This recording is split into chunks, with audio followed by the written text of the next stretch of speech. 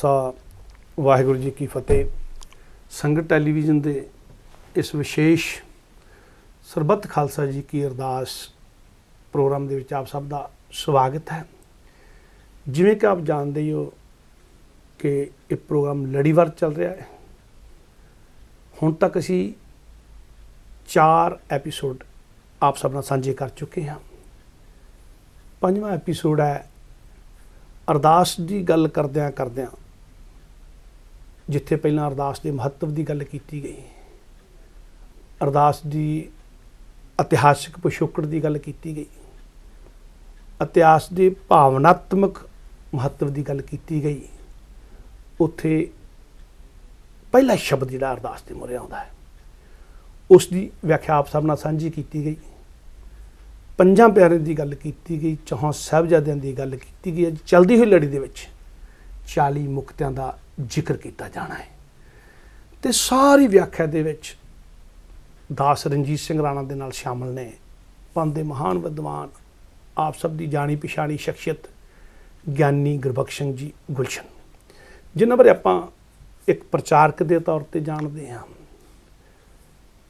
ਇਹ ਵੀ ਜਾਣਦੇ ਹਾਂ ਕਿ ਉਹਨਾਂ ਦਾ ਸਿੱਖ ਰਹਿਤ ਮਰਿਆਦਾ ਦੇ ਤੌਰ ਦੇ ਉੱਤੇ ਬਹੁਤ ਵੱਡਾ ਕੰਮ ਕੀਤਾ ਹੋਇਆ ਹੈ। ਕਿਤਾਬ ਲਿਖੀ ਮਿਲਦੀ ਹੈ ਰਹਿਤ ਮਰਿਆਦੇ ਦੀ ਵਿਆਖਿਆ ਕਰਦੀ, ਦਰਪਣ ਸਿੱਖ ਰਹਿਤ ਮਰਿਆਦਾ, ਔਰ ਨਾਲ ਉਹ ਫਾਰਸੀ ਦੇ ਵਿਦਵਾਨ ਨੇ। ਭਾਈ ਨੰਦ ਲਾਲ ਗੋਇਆ ਜੀ ਦੀਆਂ ਰਚਨਾਵਾਂ ਦੇ ਉੱਤੇ ਵੀ ਕੰਮ ਕੀਤਾ ਹੈ ਔਰ ਜਫਰਨਾਮਾ ਦੇ ਉੱਤੇ ਵੀ ਖਾਸ ਵਿਸ਼ੇਸ਼ ਵਿਆਖਿਆ ਕੀਤੀ ਹੈ। ਜੀ ਹਾਂ ਆਖਦੇ ਹਾਂ ਗੁਲਸ਼ਨ ਜੀ ਨੂੰ। ਵਾਹਿਗੁਰੂ ਜੀ ਕਾ ਖਾਲਸਾ ਵਾਹਿਗੁਰੂ ਜੀ ਕੀ ਫਤਿਹ। ਮਿਹਰਬਾਨ। ਅੱਜ ਆਪਾਂ ਚਲਦੀ ਲੜੀ 'ਚ 5ਵੀਂ ਲੜੀ 'ਚ 40 ਮੁਕਤਿਆਂ ਦੀ ਗੱਲ ਕਰਨੀ ਹੈ। ਧੰਨਵਾਦ। ਕਿੱਥੋਂ ਵੀ ਸ਼ੁਰੂ ਕਰੋਗੇ? ਕਿੱਥੋਂ ਸ਼ੁਰੂ ਕਰਨਾ ਹੈ? ਕਿਉਂ 40 ਮੁਕਤਿਆਂ ਦਾ ਇਤਿਹਾਸ ਬੜਾ ਵਿਸ਼ਾਲ ਹੈ।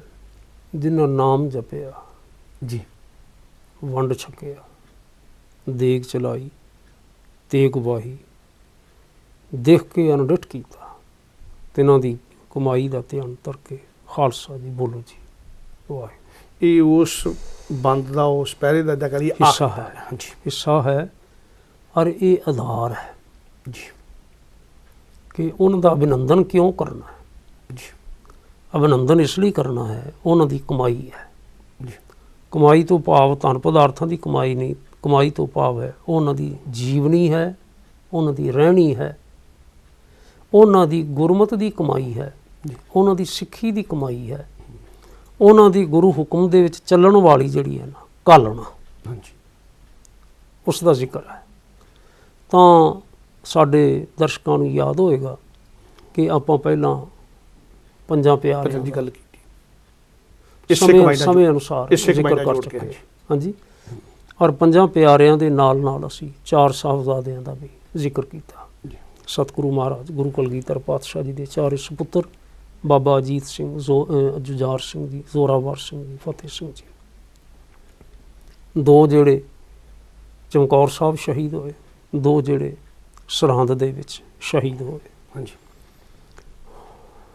ਕੈਸੀਆਂ ਉਹਨਾਂ ਦੀਆਂ ਜੀਵਨੀਆਂ ਨੇ, ਕੈਸੀਆਂ ਉਹਨਾਂ ਦੀਆਂ ਕਾਲਨਾਵਾਂ ਨੇ, ਕਿਵੇਂ ਉਹਨਾਂ ਨੇ ਗੁਰਮਤ ਸਿਧਾਂਤ ਤੇ ਪਹਿਰਾ ਦਿੱਤਾ।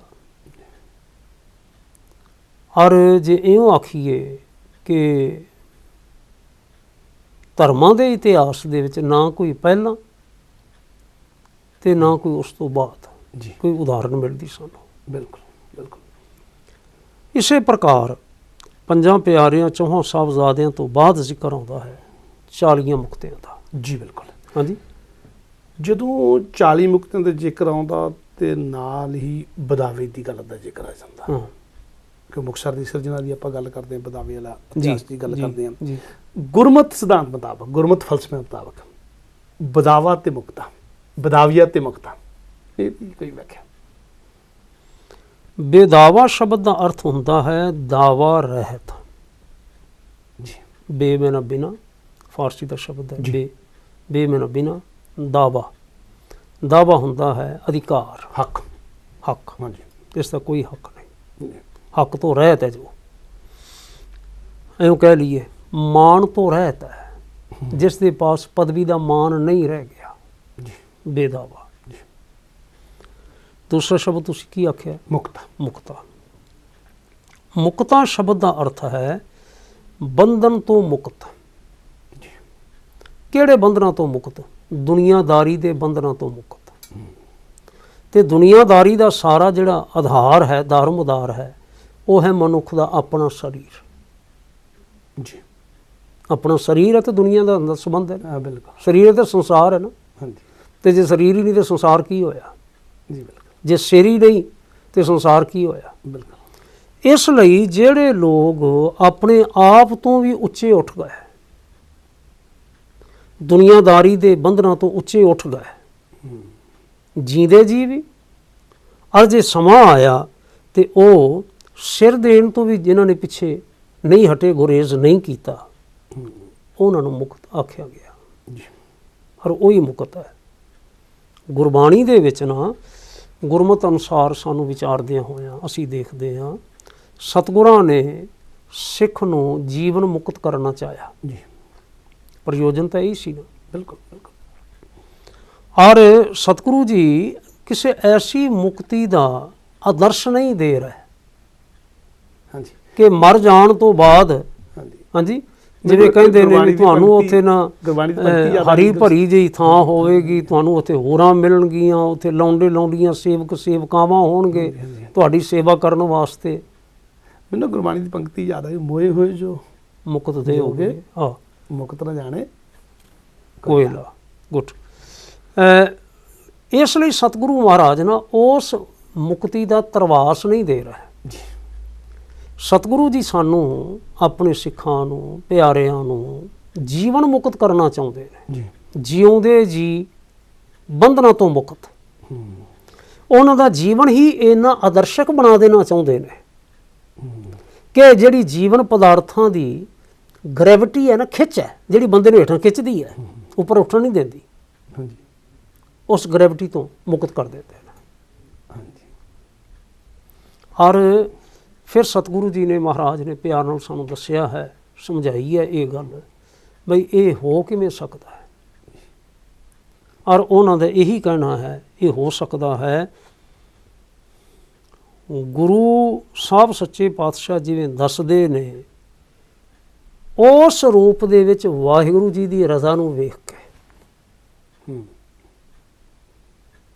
ਔਰ ਜੋ ਕੁਝ ਦੱਸਦੇ ਨੇ, ਮੈਂ ਉਹਨੂੰ ਗੁਰਮਤਿ ਕਹਿੰਦਾ, ਗੁਰਬਾਣੀ ਕਹਿੰਦਾ, ਜਾਂ ਸਤਿਗੁਰਾਂ ਦੀ ਸਿੱਖਿਆ ਉਪਦੇਸ਼ ਕਹਿੰਦਾ। ਮੈਂ ਦੇਖੋ ਨਾ,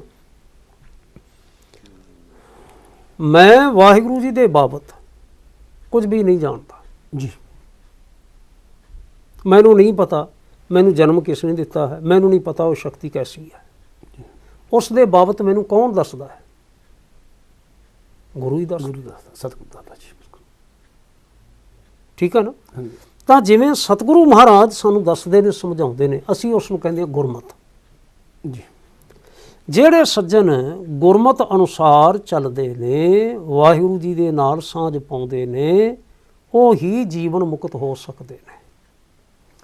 ਜੀਵਨ ਮੁਕਤ ਸੋ ਆਖੀਏ, ਮਰ ਜੀਵੇ ਮਰਿਆ। ਜੀ, ਠੀਕ ਹੈ ਨਾ। ਮਰ ਜੀਵੇ ਮਰਿਆ, ਕਿੱਥੇ ਮਰ ਜੀਵੇ ਮਰਿਆ? ਗੁਰੂ ਹੁਕਮ ਦੇ ਵਿੱਚ। ਗੁਰੂ ਹੁਕਮ ਦੇ ਵਿੱਚ ਜਿਹੜਾ ਆਪਣੀ ਹਉਮੈ ਨੂੰ ਛੱਡ ਦਿੰਦਾ, ਮਰ ਜਾਂਦਾ ਹੈ, ਜੋ ਗੁਰੂ ਕਹਿੰਦੇ ਨੇ ਉਹ ਠੀਕ ਹੈ। ਠੀਕ ਹੈ। ਇੱਥੇ ਮਰ ਗਿਆ ਨਾ। ਹਾਂਜੀ। ਮਰ ਜੀਵਾ, ਜਿਹੜਾ ਮਰ ਗਿਆ ਉਹ ਸਦਾ ਲਈ ਜੀ ਪਿਆ। ਮੈਂ ਤੁਹਾਨੂੰ ਇੱਕ ਹੋਰ ਗੁਰਬਾਣੀ ਦੀ ਜੀ ਗੱਲ ਤੁਹਾਡੇ ਇਸ ਉਦਾਹਰਨ ਤੇ ਮੇਰੇ ਧਿਆਨ ਵਿੱਚ ਆਈ। ਗੁਰੂ ਅਮਰਦਾਸ ਮਹਾਰਾਜ ਸੱਚੇ ਪਾਤਸ਼ਾਹ ਜੀ ਨੂੰ ਇਉਂ ਜਾਪਦਾ ਜਿਵੇਂ ਕਿਸੇ ਨੇ ਪੁੱਛਿਆ ਹੋਵੇ, ਬਈ ਤੁਸੀਂ ਪਹਿਲਾਂ ਕੁਝ ਹੋਰ ਹੁੰਦੇ ਸੋ, ਅੱਛਾ, ਜਦੋਂ ਤੁਸੀਂ ਇੱਥੇ ਆ ਗਏ ਫਿਰ ਤੁਸੀਂ ਕੁਝ ਹੋਰ ਬਣ ਗਏ। ਠੀਕ। ਤੇ ਹੋਰ ਵੀ ਏਡੇ ਬਣ ਗਏ ਵੀ ਇੱਕ ਦਿਨ ਤੁਸੀਂ ਪੂਜਨੀਕ ਹੋ ਗਏ। ਕੀ ਬਾਤ ਹੈ। ਇਹ ਗੱਲ ਕਿਵੇਂ ਬਣੀ? ਹਾਂਜੀ। ਉਹ ਕਹਿੰਦੇ ਨੇ, ਹਮ ਸ਼ਬਦ ਮੂਏ ਸ਼ਬਦ ਮਾਰ ਜੀਵਾਲੇ ਭਾਈ, ਸ਼ਬਦੇ ਹੀ ਮੁਕਤ ਪਾਈ। ਸ਼ਬਦ ਮੂਏ, ਹਮ ਸ਼ਬਦ ਮੂਏ ਸ਼ਬਦ ਮਾਰ ਜੀਵਾਲੇ ਭਾਈ, ਸ਼ਬਦੇ ਹੀ ਮੁਕਤ ਪਾਈ। ਠੀਕ ਆ। ਜਿਸ ਦਿਨ ਪਹਿਲੇ ਦਿਨ ਅਸੀਂ ਆਏ ਹਾਂ ਗੁਰੂ ਅੰਗਦ ਸਾਹਿਬ ਸੱਚੇ ਪਾਤਸ਼ਾਹ ਜੀ ਦੀ ਹਜ਼ੂਰੀ ਦੇ ਵਿੱਚ, ਜਿਹੜਾ ਸਾਨੂੰ ਉਹਨਾਂ ਨੇ ਉਪਦੇਸ਼ ਦਿੱਤਾ, ਉਸ ਉਪਦੇਸ਼ ਦੇ ਸਨਮੁਖ ਅਸੀਂ ਮਰ ਗਏ। ਸਾਡਾ ਪਹਿਲਾ ਜੀਵਨ, ਸਾਡੀਆਂ ਪਹਿਲੀਆਂ ਭਾਵਨਾਵਾਂ, ਸਾਡਾ ਪਹਿਲਾ ਸਾਰਾ ਕੁਝ ਮਰ ਗਿਆ। ਅਸੀਂ ਆਪਾ ਮਾਰ ਦਿੱਤਾ ਜੀ ਹੈ। ਅਸੀਂ ਫਾਰ ਐਗਜ਼ਾਮਪਲ ਕਹਿ ਦਾਂਗੇ ਨਾ, ਕਹਿ ਸਕਦੇ ਹਾਂ ਵੀ ਵੈਸ਼ਨਵ ਸਨ, ਵੈਸ਼ਨਵ ਜੀਵਨ ਦੇ ਧਾਰਨੀ ਸਨ, ਹੈ ਤਿਲਕ ਲਾਉਣੇ ਤੇ ਮਾਲਾ ਪਾਉਣੀਆਂ ਤੇ ਇਹ ਉਹ ਕਈ ਕੁਝ ਕਰਨਾ ਕਰਾਉਣਾ। ਸਤਿਗੁਰਾਂ ਨੇ ਸਮਝਾਇਆ ਨਹੀਂ, ਤੀਰਥ ਨਾਮਣ ਜਾਓ, ਤੀਰਥ ਨਾਮ ਹੈ। ਵੈਸ਼ਨਵ ਹੋਣਾ ਹੋਰ ਗੱਲ ਹੈ, ਸਿੱਖ ਹੋਣਾ ਹੋਰ ਗੱਲ ਹੈ। ਤੁਸੀਂ ਸਾਡੇ ਰਿਸ਼ਤੇਦਾਰ ਸੋ, ਸੰਬੰਧੀ ਸੋ, ਉਹ ਸੰਬੰਧ ਸਾਡੇ ਚੱਲ ਰਹੇ। ਅੱਜ ਤੁਸੀਂ ਸਿੱਖ ਬਣਨ ਵਾਸਤੇ ਆਏ ਹੋ, ਜੇ ਸਿੱਖ ਬਣਨਾ ਹੈ ਤੇ ਫਿਰ ਐਵੇਂ ਚੱਲਣਾ ਪੈਣਾ। ਕੀ ਬਾਤ ਹੈ, ਠੀਕ ਹੈ। ਤਾਂ ਉਹ ਕਹਿੰਦੇ ਨੇ ਮਰ ਗਏ। ਹੁਣ ਜੀਵਾਇਆ ਕਾਹਦੇ ਨਾਲ? ਸ਼ਬਦ ਮਾਰ ਜੀਵਾਲੇ ਭਾਈ। ਇਹ ਹੀ ਨਹੀਂ ਕਿ ਪਹਿਲੀਆਂ ਜਿਹੜੀਆਂ ਸਾਡੀਆਂ ਭਾਵਨਾਵਾਂ ਸਨ, ਪਹਿਲੀਆਂ ਜਿਹੜੀਆਂ ਸਾਡੀਆਂ ਜੀਵਨ ਚਾਲਾਂ ਸਨ, ਉਹਨਾਂ ਨੂੰ ਮਾਰਿਆ, ਨਾਲ ਗੁਰਮਤਿ ਦੀ ਚਾਲ ਦਿੱਤੀ ਕਿ ਕਰਤਾਰ ਨਾਲ ਜੋੜੋ, ਸੰਗਤ ਵਿੱਚ ਬੈਠੋ ਅਤੇ ਸੇਵਾ ਕਰੋ। ਮਾਰ ਜੀਵਾਲੇ, ਜੀਵਾਲ ਦਿੱਤਾ।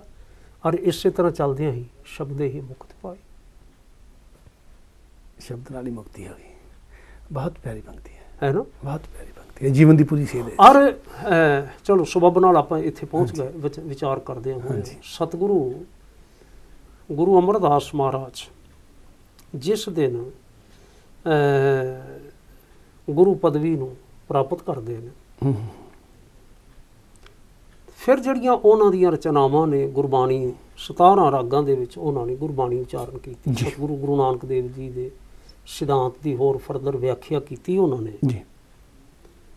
ਉਸ ਤੋਂ ਇਲਾਵਾ ਨਾ ਕੁਝ ਉਹਨਾਂ ਨੇ ਆਪ ਰਚਨਾਵਾਂ ਕੀਤੀਆਂ ਜੀ, ਜਿਵੇਂ ਪੱਟੀ ਲਿਖੀ, ਬਿਲਕੁਲ, ਸਤਵਾਰੇ ਬਿਲਾਵਲ ਰਾਗ 'ਚ ਲਿਖੇ ਜੀ। ਇਸੇ ਤਰ੍ਹਾਂ ਰਾਮਕਲੀ ਦੇ ਵਿੱਚ ਆਨੰਦ ਨਾਮ ਦੀ ਬਾਣੀ ਲਿਖੀ, ਬਿਲਕੁਲ, ਜਿਸ ਨੂੰ ਅਸੀਂ ਨਾ ਕੁਝ ਹਿੱਸਾ ਸਾਰੇ ਹੀ ਰੋਜ਼ ਹਰ ਸਮਾਗਮ ਤੇ ਪੜ੍ਹਦੇ ਹਾਂ। ਆਨੰਦ ਸਾਹਿਬ, ਆਨੰਦ ਸਾਹਿਬ, ਆਨੰਦ ਸਾਹਿਬ, ਆਨੰਦ ਸਾਹਿਬ। ਸੰਪੂਰਨ ਆਨੰਦ ਸਾਹਿਬ ਵੀ ਪੜ੍ਹਨ ਦਾ ਮੌਕਾ ਸਿੱਖਾਂ ਨੂੰ ਬਣਦਾ ਹੈ, ਪੜ੍ਹਦੇ ਹੋਣਗੇ। ਔਰ ਉਹਦੇ ਵਿੱਚ ਸਤਿਗੁਰੂ ਮਹਾਰਾਜ ਕਹਿੰਦੇ ਨੇ, ਜੇ ਕੋ ਸਿੱਖ ਗੁਰੂ ਸੇਤੀ ਸਨਮੁਖ ਹੋਵੇ ਤਾਂ ਸਨਮੁਖ ਸਿੱਖ ਕੋਈ, ਜਿਉਂ ਰਹਾਇ ਗੁਰ ਨਾਲੇ। ਜੇ ਕੋਈ ਪੁੱਛੇ ਵੀ ਗੁਰੂ ਕੀਆਂ ਖੁਸ਼ੀਆਂ ਦਾ ਪਾਤਰ ਕੌਣ ਬਣ ਸਕਦਾ ਹੈ, ਤੇ ਮੈਂ ਦੱਸਦਾ ਤੁਹਾਨੂੰ, ਮੇਰਾ ਜੀਵਨ ਤਜਰਬਾ ਹੈ। ਜਿਉਂ ਰਹਾ ਹੈ ਗੁਰ ਨਾਲੇ, ਗੁਰ ਕੇ ਚਰਨ ਹਿਰਦੈ ਬਸਾਏ, ਅੰਤਰ ਆਤਮੈ ਸੰਭਾਲੇ। ਸਤਿਗੁਰਾਂ ਦੇ ਬਚਨਾਂ ਨੂੰ ਅੰਤਰ ਆਤਮੈ ਸੰਭਾਲੇ, ਕਦੀ ਵੀ ਨਾ ਭੁੱਲਣ, ਕਦੀ ਵੀ ਆਪ ਹੁਦਰੀ ਨਾ ਕਰੇ, ਕਦੀ ਵੀ ਉਹਨਾਂ ਬਚਨਾਂ ਨੂੰ ਨਾ ਉਲੰਘੇ। ਅੰਤਰ ਆਤਮੈ ਸੰਭਾਲੇ। ਸਿਰਫ ਕਹਿਣ ਮਾਤਰ ਹੀ ਨਹੀਂ ਬਈ ਤੁਸੀਂ ਮੈਨੂੰ ਸੁਣਾਉਂਦੇ ਰਹੇ ਜੇ ਤੇ ਮੈਨੂੰ ਗੱਲ ਚੇਤੇ ਰਹੀ, ਤੇ ਜਿਸ ਵੇਲੇ ਸੁਣਨਾ ਬੰਦ ਹੋ ਗਿਆ ਤੇ ਵਿਸਰ ਵੀ ਗਿਆ। ਅੰਤਰ ਆਤਮੈ ਸਾਡਾ ਬਹੁਤਿਆਂ ਦਾ ਹਾਲ ਹੈ, ਸੰਭਾਲੇ। ਆਪ ਛੱਡ ਆਪਾ। ਹਾਂਜੀ, ਆਪ ਛੱਡ ਕੀ ਹੋਇਆ? ਆਪਣੀ ਮਰਜ਼ੀ, ਆਪਣੀ ਮਰਜ਼ੀ ਛੱਡ ਦੇਣੀ ਹੈ, ਆਪਣਾ ਆਪਾ ਛੱਡ ਦਿੱਤਾ ਆਪ। ਬਿਲਕੁਲ, ਆਪ ਛੱਡ ਸਦਾ ਰਹਿ ਪਰਣੈ। ਪਰਣੈ ਮਨਾਉਂਦਾ ਹੈ ਆਸਰਾ। ਆਪਣਾ ਆਪ ਛੱਡ ਕੇ, ਆਪਣੀਆਂ ਅਕਲਾਂ ਛੱਡ ਕੇ, ਆਪਣੀਆਂ ਹੁਜਤਾਂ ਛੱਡ ਕੇ, ਜੋ ਕੁਝ ਗੁਰੂ ਸਾਹਿਬ ਨੇ ਆਖਿਆ ਨਾ, ਉਸ ਉਪਦੇਸ਼ ਤੇ ਆਸਰਿਤ ਹੋਵੇ, ਉਸ ਡਾਇਰੈਕਸ਼ਨ ਤੇ ਆਸਰਿਤ ਉਹਨੂੰ ਪਰਨਾਇਆ ਰਹੇ। ਬਿਲਕੁਲ, ਵੀ ਜਿਵੇਂ ਤੁਸੀਂ ਆਖਦੇ ਹੋ ਨਾ, ਇਹ ਹੀ ਹੈ ਸਤ ਬਚਨ। ਬਚਨ ਤੁਹਾਡੇ ਹੀ ਸਤ ਨੇ, ਠੀਕ ਹੈ। ਆਪ ਛੱਡ ਸਦਾ ਰਹਿ ਪਰਾਣਾ ਹੈ, ਗੁਰਬਿਨ ਅਵਰ ਨਾ ਜਾਣੇ ਕੋਈ। ਕੀ ਬਾਤ ਹੈ। ਕਹੇ ਨਾਨਕ ਸੁਣੋ ਸੰਤੋ, ਸੋ ਸਿੱਖ ਸਨਮੁਖ ਹੋਏ। ਔਰ ਇਸ ਤਰ੍ਹਾਂ ਹੀ ਬਚਨ ਕਰਦਿਆਂ ਕਰਦਿਆਂ ਨਾ ਫਿਰ ਜਿਹੜੀ ਅਗਲੀ ਪੌੜੀ ਆਖੀ ਹੈ ਨਾ, ਅਗਲਾ ਪਦ ਆਖਿਆ, ਮੈਂ ਬਲਿਹਾਰ ਜਾਂਦਾ ਸਤਿਗੁਰੂ ਸੱਚੇ ਪਾਤਸ਼ਾਹ ਜੀ ਦੇ ਮਹਾਰਾਜ ਦੇ। ਕਹਿੰਦੇ ਨੇ ਕੁਝ ਐਸੇ ਵੀ ਸਿੱਖ ਨੇ, ਕੁਝ ਐਸੇ ਵੀ ਲੋਕ ਨੇ, ਸਿੱਖ ਹੋ ਕੇ, ਗੁਰੂ ਕੇ ਹੋ ਕੇ, ਗੁਰੂ ਕੇ ਅਖਵਾ ਕੇ ਫਿਰ ਮਨਮੱਤੀ ਲੀਆਂ ਤੇ ਤੁਰਨ ਲੱਗ ਪੈਂਦੇ ਨੇ, ਜਿਨ੍ਹਾਂ ਨੂੰ ਮਨਮੁਖ ਆਖਿਆ ਜਾਂਦਾ। ਹਾਂਜੀ, ਮਨਮੁਖ ਟਰਮ ਵੀ ਨਾ ਰਾਣਾ ਜੀ, ਇਹ ਸਿੱਖਾਂ ਦੇ ਵਾਸਤੇ ਹੈ, ਇਹ ਟਰਮ ਹਿੰਦੂਆਂ ਤੇ ਮੁਸਲਮਾਨਾਂ ਲਈ ਨਹੀਂ ਹੈ ਜੀ। ਬਈ ਸਿੱਖ ਤਾਂ ਕਹਾਇਆ ਪਰ ਸਿੱਖ ਕਹਾ ਕਿ ਜਿਵੇਂ ਗੁਰੂ ਨੇ ਆਖਿਆ ਉਵੇਂ ਆਖੇ ਨਾ ਲੱਗੇ, ਆਖੇ ਆਪਣੇ ਮਨ ਦੇ ਲੱਗਦੇ ਰਹੇ। ਮਨ ਤੇ ਲੱਗਦਾ। ਵੈਸੇ ਅਸੀਂ ਸਿੱਖ ਹਾਂ, ਹਾਂਜੀ ਉਹ ਹੈ ਮਨਮੁਖ, ਜੀ, ਵੇਮੁਖ। ਹਾਂਜੀ ਆ ਵੇਮੁਖ, ਜਿਵੇਂ ਅਸੀਂ ਪਹਿਲਾਂ ਬੇ ਆਖਿਆ, ਹਾਂਜੀ। ਬੇ ਮੈਂ ਨਾ ਬਿਨਾ ਹਾਂ, ਹੈ, ਸਨਮੁਖ ਹੋਏ ਤੋਂ ਬਿਨਾ। ਹਾਂਜੀ ਸਿੱਖ ਹੈਗੇ ਆ ਪਰ ਅਸੀਂ ਸਨਮੁਖੀਏ ਨਹੀਂ ਹੈਗੇ। ਠੀਕ। ਆਖਿਆ ਜੇ ਕੋ ਗੁਰਤੇ ਵੇਮੁਖ ਹੋਵੇ ਬਿਨ ਸਤਿਗੁਰੂ ਮੁਕਤੀ ਨਾ ਪਾਏ।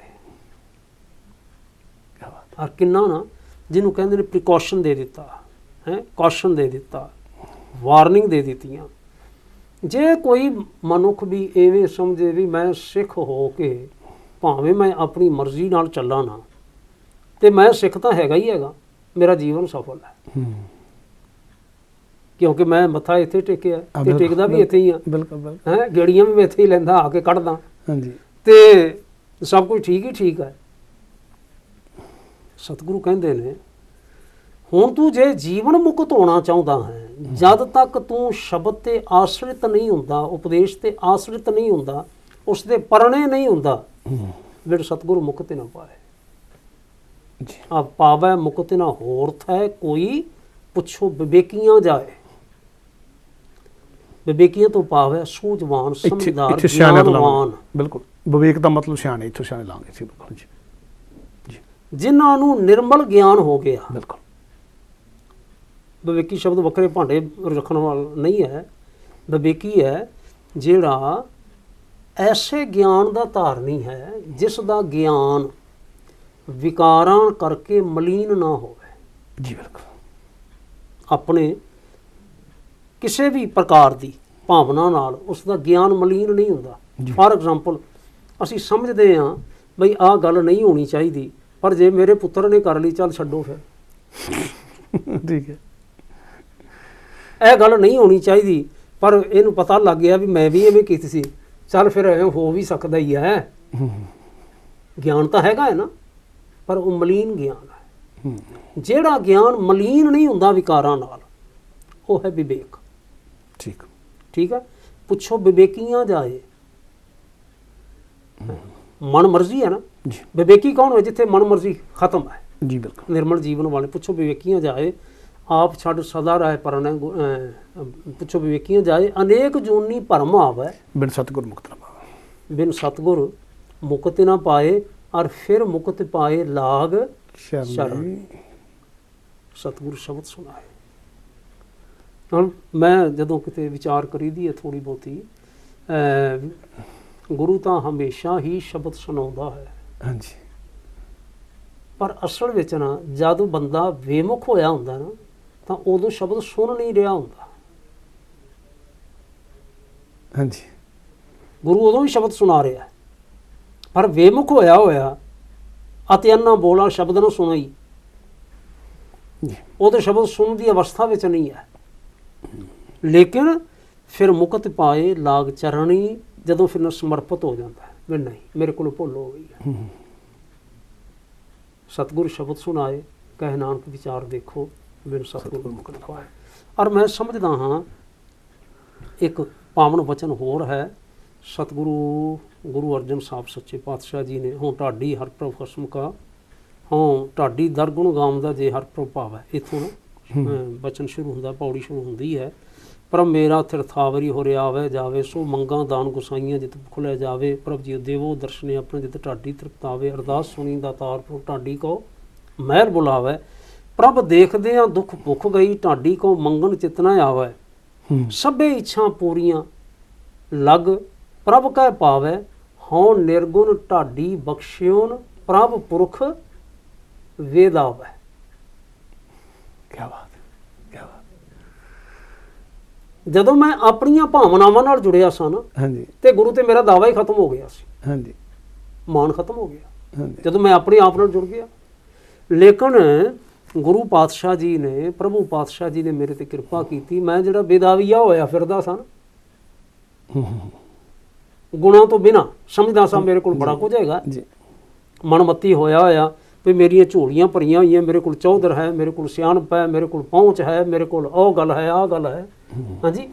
ਕਹਿੰਦੇ ਨੇ ਕਿ ਜਦੋਂ ਨਾ ਅਸੀਂ ਗੁਰੂ ਕੇ ਕਹਾਉਂਦੇ ਹਾਂ, ਤੇ ਸਾਡੇ ਕੋਲੋਂ ਅੰਦਰੋਂ ਸ਼ਬਦ ਦੀ ਟੇਕ ਨਿਕਲ ਜਾਂਦੀ ਹੈ, ਗੁਰੂ ਹੁਕਮ ਦੀ ਟੇਕ ਨਿਕਲ ਜਾਂਦੀ ਹੈ, ਤੇ ਮਤ ਸੋਚੀਏ ਸਾਡੇ ਕੋਲ ਕੁਝ ਗੁਣ ਨੇ, ਫਿਰ ਉਹ ਸਾਰੇ ਔਗਣ ਹੀ ਔਗਣ ਨੇ। ਤੁਹਾਡੀ ਸਾਰੀ ਵਿਚਾਰਕ ਤਾਂ ਜਦੋਂ ਸਾਰੀ ਵਿਚਾਰ ਕਰ ਰਿਹਾ ਸੀ, ਮੇਰੇ ਮੂਹਰੇ ਉਹ ਦ੍ਰਿਸ਼ ਮੁਕਤਿਆਂ ਦਾ ਸਾਹਮਣੇ ਆ ਰਿਹਾ ਸੀਗਾ ਕਿ ਗੁਰੂ ਅਮਰਦਾਸ ਜੀ ਨੇ ਅਨੰਦਪੁਰ ਸਾਹਿਬ ਦੇ ਵਿੱਚ 2 ਪੌੜੀਆਂ ਸਾਰੀ ਗੱਲ ਆਖਰ ਦਿੱਤੀ, ਬੇਸ਼ੱਕ ਸੰਸਾਰ ਦੇ ਚਿੱਤਰਪਟ ਤੇ ਬਾਅਦ ਵਿੱਚ ਆਈ।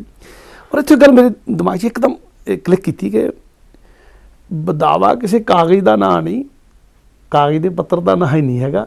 ਬਦਾਵਾ ਤਾਂ ਤੁਸੀਂ ਗੁਰੂ ਤੋਂ ਬੇਮੁਖ ਹੋ ਗਏ, ਤੁਸੀਂ ਬਦਾਵੀ ਹੋ ਗਏ ਬਸ। ਔਰ ਸ਼ਬਦ ਵੀ ਗੁਰਬਾਣੀ ਨੇ ਵਰਤਿਆ, ਤੁਸੀਂ ਔਰ ਇਹਨੂੰ ਬਿਲਕੁਲ ਅੰਤਰਾਲ। ਸ਼ਾਇਦ ਅਸੀਂ ਵਿਆਖਿਆ ਬਹੁਤੀ ਇਸ ਵਿਚਾਰ ਦੀ, ਇਸ ਸਿਧਾਂਤ ਦੀ ਕਰ ਲਈ, ਪਰ ਇਹ ਵਿਆਖਿਆ ਹੀ ਸਾਡਾ ਫਿਊਚਰ ਹੈ, ਇਹ ਵਿਆਖਿਆ ਹੀ ਸਾਡਾ ਅੱਜ ਪ੍ਰੈਜ਼ੈਂਟ ਹੈ। ਜਿਹੜੇ ਸੱਜਣਾਂ ਦਾ ਅਸੀਂ ਅਭਿਨੰਦਨ ਕਰਦੇ ਹਾਂ ਅਰਦਾਸ ਵਿੱਚ, ਉਹਨਾਂ ਨੇ ਇਹੀ ਸਿਧਾਂਤ ਸਮਝਿਆ ਸੀ। ਜੀ ਬਿਲਕੁਲ। ਦੇਖੋ ਨਾ, ਜਿਵੇਂ ਅੱਜ ਅਸੀਂ ਦੁਨੀਆਦਾਰ ਆ, ਅੱਜ ਵੀ ਅਸੀਂ ਦੁਨੀਆਦਾਰ ਆ, ਉਹ ਲੋਕ ਵੀ ਦੁਨੀਆਦਾਰ ਸਨ। ਔਰ ਜੇ ਉਹਨਾਂ ਦਾ ਕਿਤੇ ਜ਼ਿਕਰ ਅਸੀਂ ਪੜ੍ਹੀਏ ਤੇ ਮੈਂ ਇਹੋ ਸਮਝਦਾ ਕਿ ਉਹ ਸਾਡੇ ਨਾਲੋਂ ਵੀ ਵੱਡੇ ਦੁਨੀਆਦਾਰ ਸਨ। ਜੀ। ਸਾਡੇ ਕੋਲ ਤਾਂ ਪੱਲੇ ਹੈ ਹੀ ਕੁਛ ਨਹੀਂ ਜੀ ਹੈ। ਮੈਂ ਆਪਣੀ ਗੱਲ ਕਰਾਂ, ਸਾਡੇ ਤਾਂ ਪੱਲੇ ਹੈ ਹੀ ਕੁਛ ਨਹੀਂ ਨਾ, ਬਈ ਸਰਦਾਰੀ ਹੋਵੇ, ਕੋਈ ਚੌਧਰ ਹੋਵੇ, ਕੋਈ ਰਾਜ ਭਾਗ ਹੋਵੇ, ਕੋਈ ਸਰਕਾਰੀ ਦਰਬਾਰੇ ਅਪਰੋਚ ਹੋਵੇ, ਕੋਈ ਐਸੀ ਕਿਸੇ ਪ੍ਰਕਾਰ ਦੀ ਗੱਲ ਹੋਵੇ, ਉਹ ਵੱਡ ਪਰਿਵਾਰੇ ਹੋਈਏ ਬਹੁਤ, ਐਸਾ ਤਾਂ ਕੁਛ ਹੋਇਆ ਹੀ ਨਾ। ਔਰ ਉਹ ਕਿੱਡੇ ਸਨ, ਉਹਨਾਂ ਦੇ ਸਾਹਮਣੇ ਸਮੱਸਿਆ ਸੀ ਵੀ ਅਸੀਂ ਗੁਰੂ ਕੇ ਆਗਿਆਕਾਰ ਬਣੀਏ ਕਿ ਸਰਕਾਰ ਦੇ ਆਗਿਆਕਾਰ ਰਹੀਏ, ਅਸੀਂ ਕੀ ਕਰੀਏ ਹੁਣ। ਔਰ ਇੱਕ ਗੱਲ, ਦੂਜੀ ਗੱਲ ਇਹ ਹੈ ਕਿ ਉਹ ਕੈਸੇ ਸਮੇਂ ਸਨ ਜਿਸ ਵੇਲੇ ਸਿੱਖ ਹੋਣਾ ਹੀ ਬਾਗੀ ਸੀ। ਸਿੱਖ ਹੈ, ਇਸ ਦਾ ਮਤਲਬ ਬਾਗੀ ਹੈ। ਬਾਗੀ ਗੁਰੂ ਦਾ ਸਪੋਰਟਰ ਹੈ, ਜਿਸ ਦੇ ਪਿੱਛੇ ਸਰਕਾਰ ਲੱਗੀ ਫਿਰਦੀ ਹੈ। ਹਾਂਜੀ, ਜਿਹਨੂੰ 40 ਦੇ ਨਾਲ 42 ਦੇ ਨਾਲ ਚਮਕੌਰ ਦੇ ਵਿੱਚ ਘੇਰ ਲਿਆ ਬੇਅੰਤ ਫੌਜਾਂ ਨੇ, ਜਿੱਥੇ ਸਤਿਗੁਰੂ ਮਹਾਰਾਜ ਜ਼ਿਕਰ ਕਰਦੇ ਨੇ, ਗੁਰਸਾਨਾ ਚੇ ਕਾਰੇ ਉਹਨਾਂ ਦੇ ਚਹਿਲ ਨਰਕੇ ਦਇਲ ਅਕਬਰ ਆਇਲ ਬਾਰੂ ਵੇ ਖਬਰ, ਆਮ ਪ੍ਰਸਿੱਧ ਸ਼ੇਰ ਹੈ ਨਾ। ਬਿਲਕੁਲ ਬਿਲਕੁਲ। ਬਈ 40 ਭੁੱਖਣ ਭਾਣੇ ਕੀ ਕਰ ਸਕਦੇ ਸਨ ਕਿ ਸਿੱਖ 8 ਮਹੀਨਿਆਂ ਦੇ 7.5 ਮਹੀਨਿਆਂ ਦੇ ਘੇਰੇ ਦੇ ਵਿੱਚ ਨੇ, ਤੇ ਕਿੰਨੇ ਕੁ ਇਹ ਬਲ ਵਾਲੇ ਰਹਿ ਗਏ ਨੇ। ਇਹ ਘੇਰਾ ਪਾਉਣ ਵਾਲੇ ਨੂੰ ਪਤਾ ਨਹੀਂ ਸੀ ਹੈਗਾ। ਫਿਰ ਇੰਨੀਆਂ ਚੋਖੀਆਂ ਸਾਰੀਆਂ ਫੌਜਾਂ ਇਕੱਠੀਆਂ ਕਰਕੇ ਆਉਣ ਦਾ ਕੀ ਮਤਲਬ ਸੀ। ਪਰ ਘੇਰਿਆ ਨਾ ਸਤਿਗੁਰੂ ਸੱਚੇ ਪਾਤਸ਼ਾਹ ਜੀ ਨੇ। ਉਸ ਘੇਰੇ ਤੋਂ ਬਾਅਦ ਵੀ ਸਤਿਗੁਰੂ ਮਹਾਰਾਜ, ਮੈਂ ਕੀ ਬਚਨ ਕਰਨ ਜਾ ਰਿਹਾ ਸਾਂ, ਸਾਨੂੰ ਉਹ ਜ਼ਿਕਰ ਕਰਕੇ ਵੀ ਨਾ, ਜ਼ਿਕਰ ਦੇ ਕੇ ਵੀ ਫਿਰ ਸੋਝੀ ਕਰਵਾਉਂਦੇ ਨੇ ਕਿ ਐਸੇ ਬਾਗੀ ਗੁਰੂ ਦੇ ਨਾਲ ਉਹਦੇ ਸਿੱਖ ਹੋਣਾ, ਉਹਦੇ ਦਰਸ਼ਨ ਕਰਨ ਜਾਣੇ, ਉਹਨੂੰ ਮੱਥਾ ਟੇਕਣਾ, ਉਹਨੂੰ ਮੰਨਣਾ, ਲਿਬਾਸ ਕਰਕੇ ਪਤਾ ਲੱਗ ਜਾਵੇ ਫਲਾਣੇ ਗੁਰੂ ਦਾ ਸਿੱਖ ਹੈ। ਅਗਲੀ ਗੱਲ ਕਹਿਣ ਦੀ ਲੋੜ ਹੀ ਨਹੀਂ, ਪਤਾ ਹੀ ਹੈ ਵੀ ਇਹ ਬਾਗੀ ਗੁਰੂ ਦਾ ਸਾਥੀ ਹੈ, ਬਾਗੀ ਹੈ। ਹਕੂਮਤ ਇਹ ਵੀ ਬਾਗੀ ਹੈ, ਜੇ ਗੁਰੂ ਬਾਗੀ ਹੈ ਤਾਂ ਇਹ ਵੀ ਬਾਗੀ ਹੈ। ਅੱਜ ਕੋਈ ਇਹੋ ਜਿਹੀ ਗੱਲ ਹੈਗੀ ਸਾਡੇ ਸਾਹਮਣੇ? ਕੁਛ ਵੀ ਨਹੀਂ, ਕੁਛ ਵੀ ਨਹੀਂ। ਅਸੀਂ ਫੇਰ ਬਦਾਵੀ ਹੋਏ ਫਿਰਦੇ ਹਾਂ, ਮੈਨੂੰ ਲੱਗਦਾ। ਇਸ ਸਿਧਾਂਤ ਦੀ ਸਾਨੂੰ ਅੱਜ ਸੰਭਾਲ ਕਰਨ ਦੀ ਲੋੜ ਨਹੀਂ। ਬਿਲਕੁਲ। ਮੈਂ ਜਿਹੜਾ ਵਚਨ ਤੁਸੀਂ ਆਖਿਆ ਹੈ ਕਿ ਬੇਦਾਵਾ ਸਿਰਫ ਪੇਪਰ ਤੇ ਲਿਖ ਦੇਣ ਦਾ ਹੀ, 2 ਅੱਖਰ ਪਾ ਦੇਣ ਦਾ ਹੀ ਨਾਮ ਨਹੀਂ ਹੈ। ਬੇਦਾਵਾ ਹੈ ਗੁਰੂ ਸਾਹਿਬ ਸੱਚੇ ਪਾਤਸ਼ਾਹ ਜੀ ਨੇ ਜਿਹੜਾ ਸਾਨੂੰ ਪਦਵੀ ਦਾ ਮਾਣ ਦਿੱਤਾ ਨਾ, ਸਿੱਖ ਪਦਵੀ ਦਾ ਮਾਣ ਦਿੱਤਾ ਹੈ। ਅਸੀਂ ਉਸ ਪਦਵੀ ਦਾ ਮਾਣ ਜਦੋਂ ਛੱਡ ਕੇ ਤੁਰ ਪੈਂਦੇ ਹਾਂ। ਬੇਸ਼ੱਕ ਇੱਥੇ ਮੈਂ ਦਰਸ਼ਕਾਂ ਨਾਲ ਗੱਲ ਸਾਂਝੀ ਕਰਾਂ ਕਿ ਸਿਧਾਂਤ ਨੂੰ ਸਖਣੇ ਹੋ ਕੇ ਇਤਿਹਾਸ ਦੀ ਫੋਲਾ ਫਾਲੀ ਕਰਨੀ ਬਿਲਕੁਲ ਉੱਦਾਂ ਹੀ ਹੁੰਦਾ ਹੈ ਜਿੱਦਾਂ ਅਸੀਂ ਬੜੀਆਂ ਫੋਲ ਰਹੇ ਹੋਈਏ। ਜਿਸ ਸਿਧਾਂਤ ਨਾਲ ਜੁੜ ਕੇ ਗੱਲ ਕਰਾਂਗੇ ਤਾਂ ਅਸੀਂ ਇਤਿਹਾਸ ਤੋਂ ਸੇਧ ਲੈ ਸਕਾਂਗੇ। ਉਹ ਸੇਧ ਆਪਣੇ ਜੀਵਨ 'ਚ ਟਿਕਾਉਣ ਲਈ ਹੁੰਦੀ ਹੈ। ਦੇਖਣਾ ਬੇਸ਼ੱਕ ਮਨੁੱਖ ਨੇ ਪਿੱਛੇ ਵੱਲ ਹੁੰਦਾ, ਪਰ ਤੁਰਨਾ ਅਗਾਂਹ ਵੱਲ ਹੀ ਹੁੰਦਾ ਹੈ। ਆਪਣੇ ਆਉਣ ਵਾਲੇ ਭਵਿੱਖ ਲਈ ਕੌਮਾਂ ਔਰ ਮਨੁੱਖ ਉਹਦੇ ਲਈ ਸੇਧ ਪ੍ਰਾਪਤ ਕਰਨੀ ਹੁੰਦੀ ਹੈ। ਉਹ ਤਾਂ ਹੀ ਕੀਤੀ ਜਾ ਸਕਦੀ ਹੈ ਸਿਧਾਂਤ ਨਾਲ ਜੁੜੀ ਹੋਈ। ਅਤੇ ਜਿਹੜੀ ਸਾਰੀ ਦੀ ਸਾਰੀ ਗੱਲ ਬੇਸ਼ੱਕ ਉਹ 40 ਮੁਕਤਿਆਂ ਦੀ ਕੀਤੀ ਜਾ ਰਹੀ ਹੈ, ਬਦਾਵੇ ਦੇ ਸਮੇਂ ਦੀ ਕੀਤੀ ਜਾ ਰਹੀ ਹੈ, ਪਰ ਉਹਨੂੰ ਗੁਰਬਾਣੀ ਦੇ ਸਿਧਾਂਤ ਨਾਲ ਜੋੜ ਕੇ ਕਰ ਰਹੇ ਨੇ ਗਿਆਨੀ ਗੁਰਬਖਸ਼ ਗੁਲਸ਼ਨ ਜੀ। ਹਾਂਜੀ ਭਗਤ ਜੀ, ਮੈਨੂੰ ਨਾ ਇੱਥੇ ਭਾਈ ਸਾਹਿਬ ਹੋਰਾਂ ਦਾ ਇੱਕ ਵਾਕ ਯਾਦ ਆਉਂਦਾ ਹੈ। ਭਾਈ ਸਾਹਿਬ ਨੰਦ ਲਾਲ ਜੀ ਭਾਈ ਨੰਦ ਲਾਲ ਜੀ, ਕੀ ਬਾਤ ਹੈ। ਉਹ ਮਾਣਯੋਗ ਜੀ ਕਹਿੰਦੇ ਨੇ, ਸ਼ਾਖੇ ਉਮੀਦ ਆਸ਼ਿਕ ਹਰਗਿਜ਼ ਸਮਰ ਨਾ ਗੀਰਤ, ਹੂੰ ਅਜ਼ ਅਸ਼ਕ ਆਬੇ ਮਿਜ਼ਗਾਂ ਤਾਂ ਸਬਜ਼ ਤਰ ਨਾ ਬਾਸ਼ਤ। ਹੂੰ ਇਸ ਦਾ ਭਾਵ ਇਹ ਹੈ, ਸ਼ਾਖੇ ਉਮੀਦ ਆਸ਼ਿਕ, ਆਸ਼ਿਕ ਦੀ ਉਮੀਦ ਦੀ ਸ਼ਾਖ, ਹੂੰ ਪਿਆਰੇ ਦੀ ਆਸਾਂ ਦੀ ਟਾਹਣੀ, ਜੀ ਹਰਗਿਜ਼ ਸਮਰ ਨਾ ਗੀਰਤ, ਹਰਗਿਜ਼ ਮੈਨੂੰ ਲੱਗਦਾ ਕਦੀ ਵੀ ਨਾ ਗੀਰਤ ਨਹੀਂ ਲੱਗਦਾ, ਕਦੀ ਵੀ ਨਹੀਂ ਲੱਗਦਾ ਸਮਰ। ਸਮਰ ਫਾਰਸੀ ਕਹਿੰਦੇ ਨੇ ਫਲ। ਹਾਂਜੀ ਪਿਆਰੇ ਦੀ ਆਸ ਦੀ ਟਾਹਣੀ ਨੂੰ ਕਦੀ ਵੀ ਫਲ ਨਹੀਂ ਲੱਗਦਾ। ਅਜ਼ ਅਸ਼ਕੇ ਆਵੇ ਮਿਜ਼ਗਾਂ, ਅਜ਼ ਮੈਨੂੰ ਦਾ ਤੂੰ, ਜੀ ਨਾਲ, ਕਿਸ ਤੋਂ, ਕਿਸ ਨਾਲ, ਆਬੇ ਮਿਜ਼ਗਾਂ, ਮਿਜ਼ਗਾਂ ਕਹਿੰਦੇ ਨੇ ਇਹਨਾਂ ਚਿਮਨੀਆਂ ਨੂੰ, ਹੂੰ ਚਿਮਨੀਆਂ ਦੇ ਆਂਸੂਆਂ ਦੇ ਪਾਣੀ ਨਾਲ, ਜਦ ਤੱਕ, ਅਜ਼ ਅਸ਼ਕੇ ਆਬੇ ਮਿਜ਼ਗਾਂ ਤਾਂ ਸਬਜ਼ ਤਰ ਨਾ ਬਾਸ਼, ਤਾਂ ਮੈਨਾਂ ਹੁੰਦਾ ਜਦ ਤੱਕ, ਹਾਂਜੀ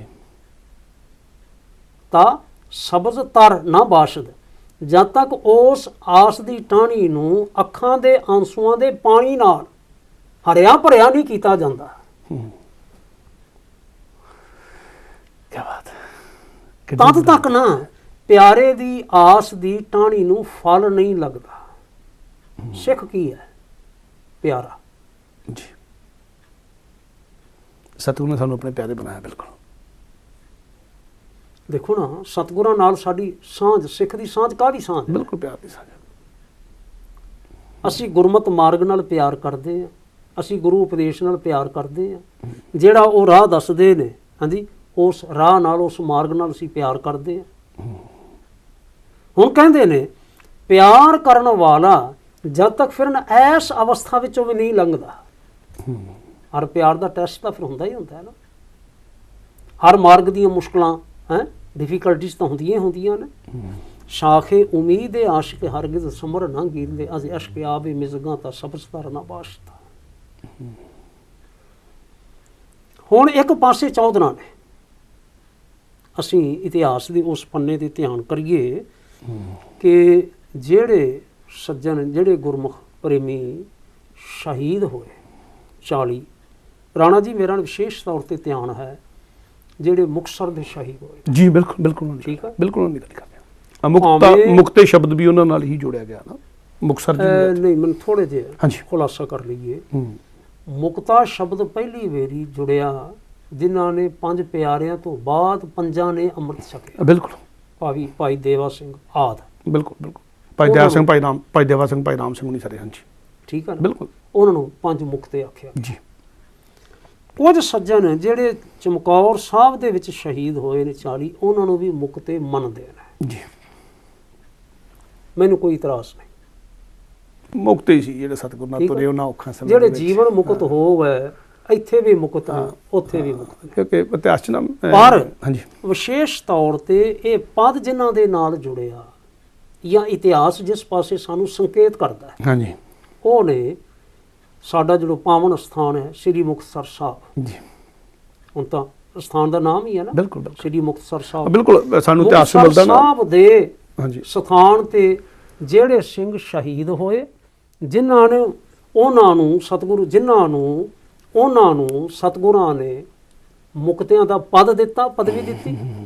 ਮੇਰਾ ਧਿਆਨ ਜਿਹੜਾ ਨਾ ਉਹ ਉਹਨਾਂ ਦੀ ਸ਼ਹਾਦਤ। ਗੁਰਬਲਾਸ ਪਾਤਸ਼ਾਹੀ ਦਸਵੀਂ ਚ ਭਾਈ ਸੁਖਾ ਸਿੰਘ ਦੀ ਉਹ ਪੰਕਤੀ ਵੀ ਮਿਲਦੀ ਹੈ, ਖਿਦਰਾਨਾ ਕਰ ਮੁਕਤਸਰ ਮੁਕਤ ਮੁਕਤ ਸਭ ਕੀਨ ਹੋਏ ਸਾਬਤ ਜੂੰਜੇ ਸਭੇ ਮੁਕਤ ਪਦਾਰਥ ਲੀਨ। ਵਾਹ। ਸੋ ਉਹਦੇ ਨਾਲ ਜੋੜਨਾ ਆਪਾਂ। ਹਾਂਜੀ ਮੁਕਤਿਓਂ ਕਾ ਪਦ ਸਤਿਗੁਰ ਦੀਨਾ। ਜੀ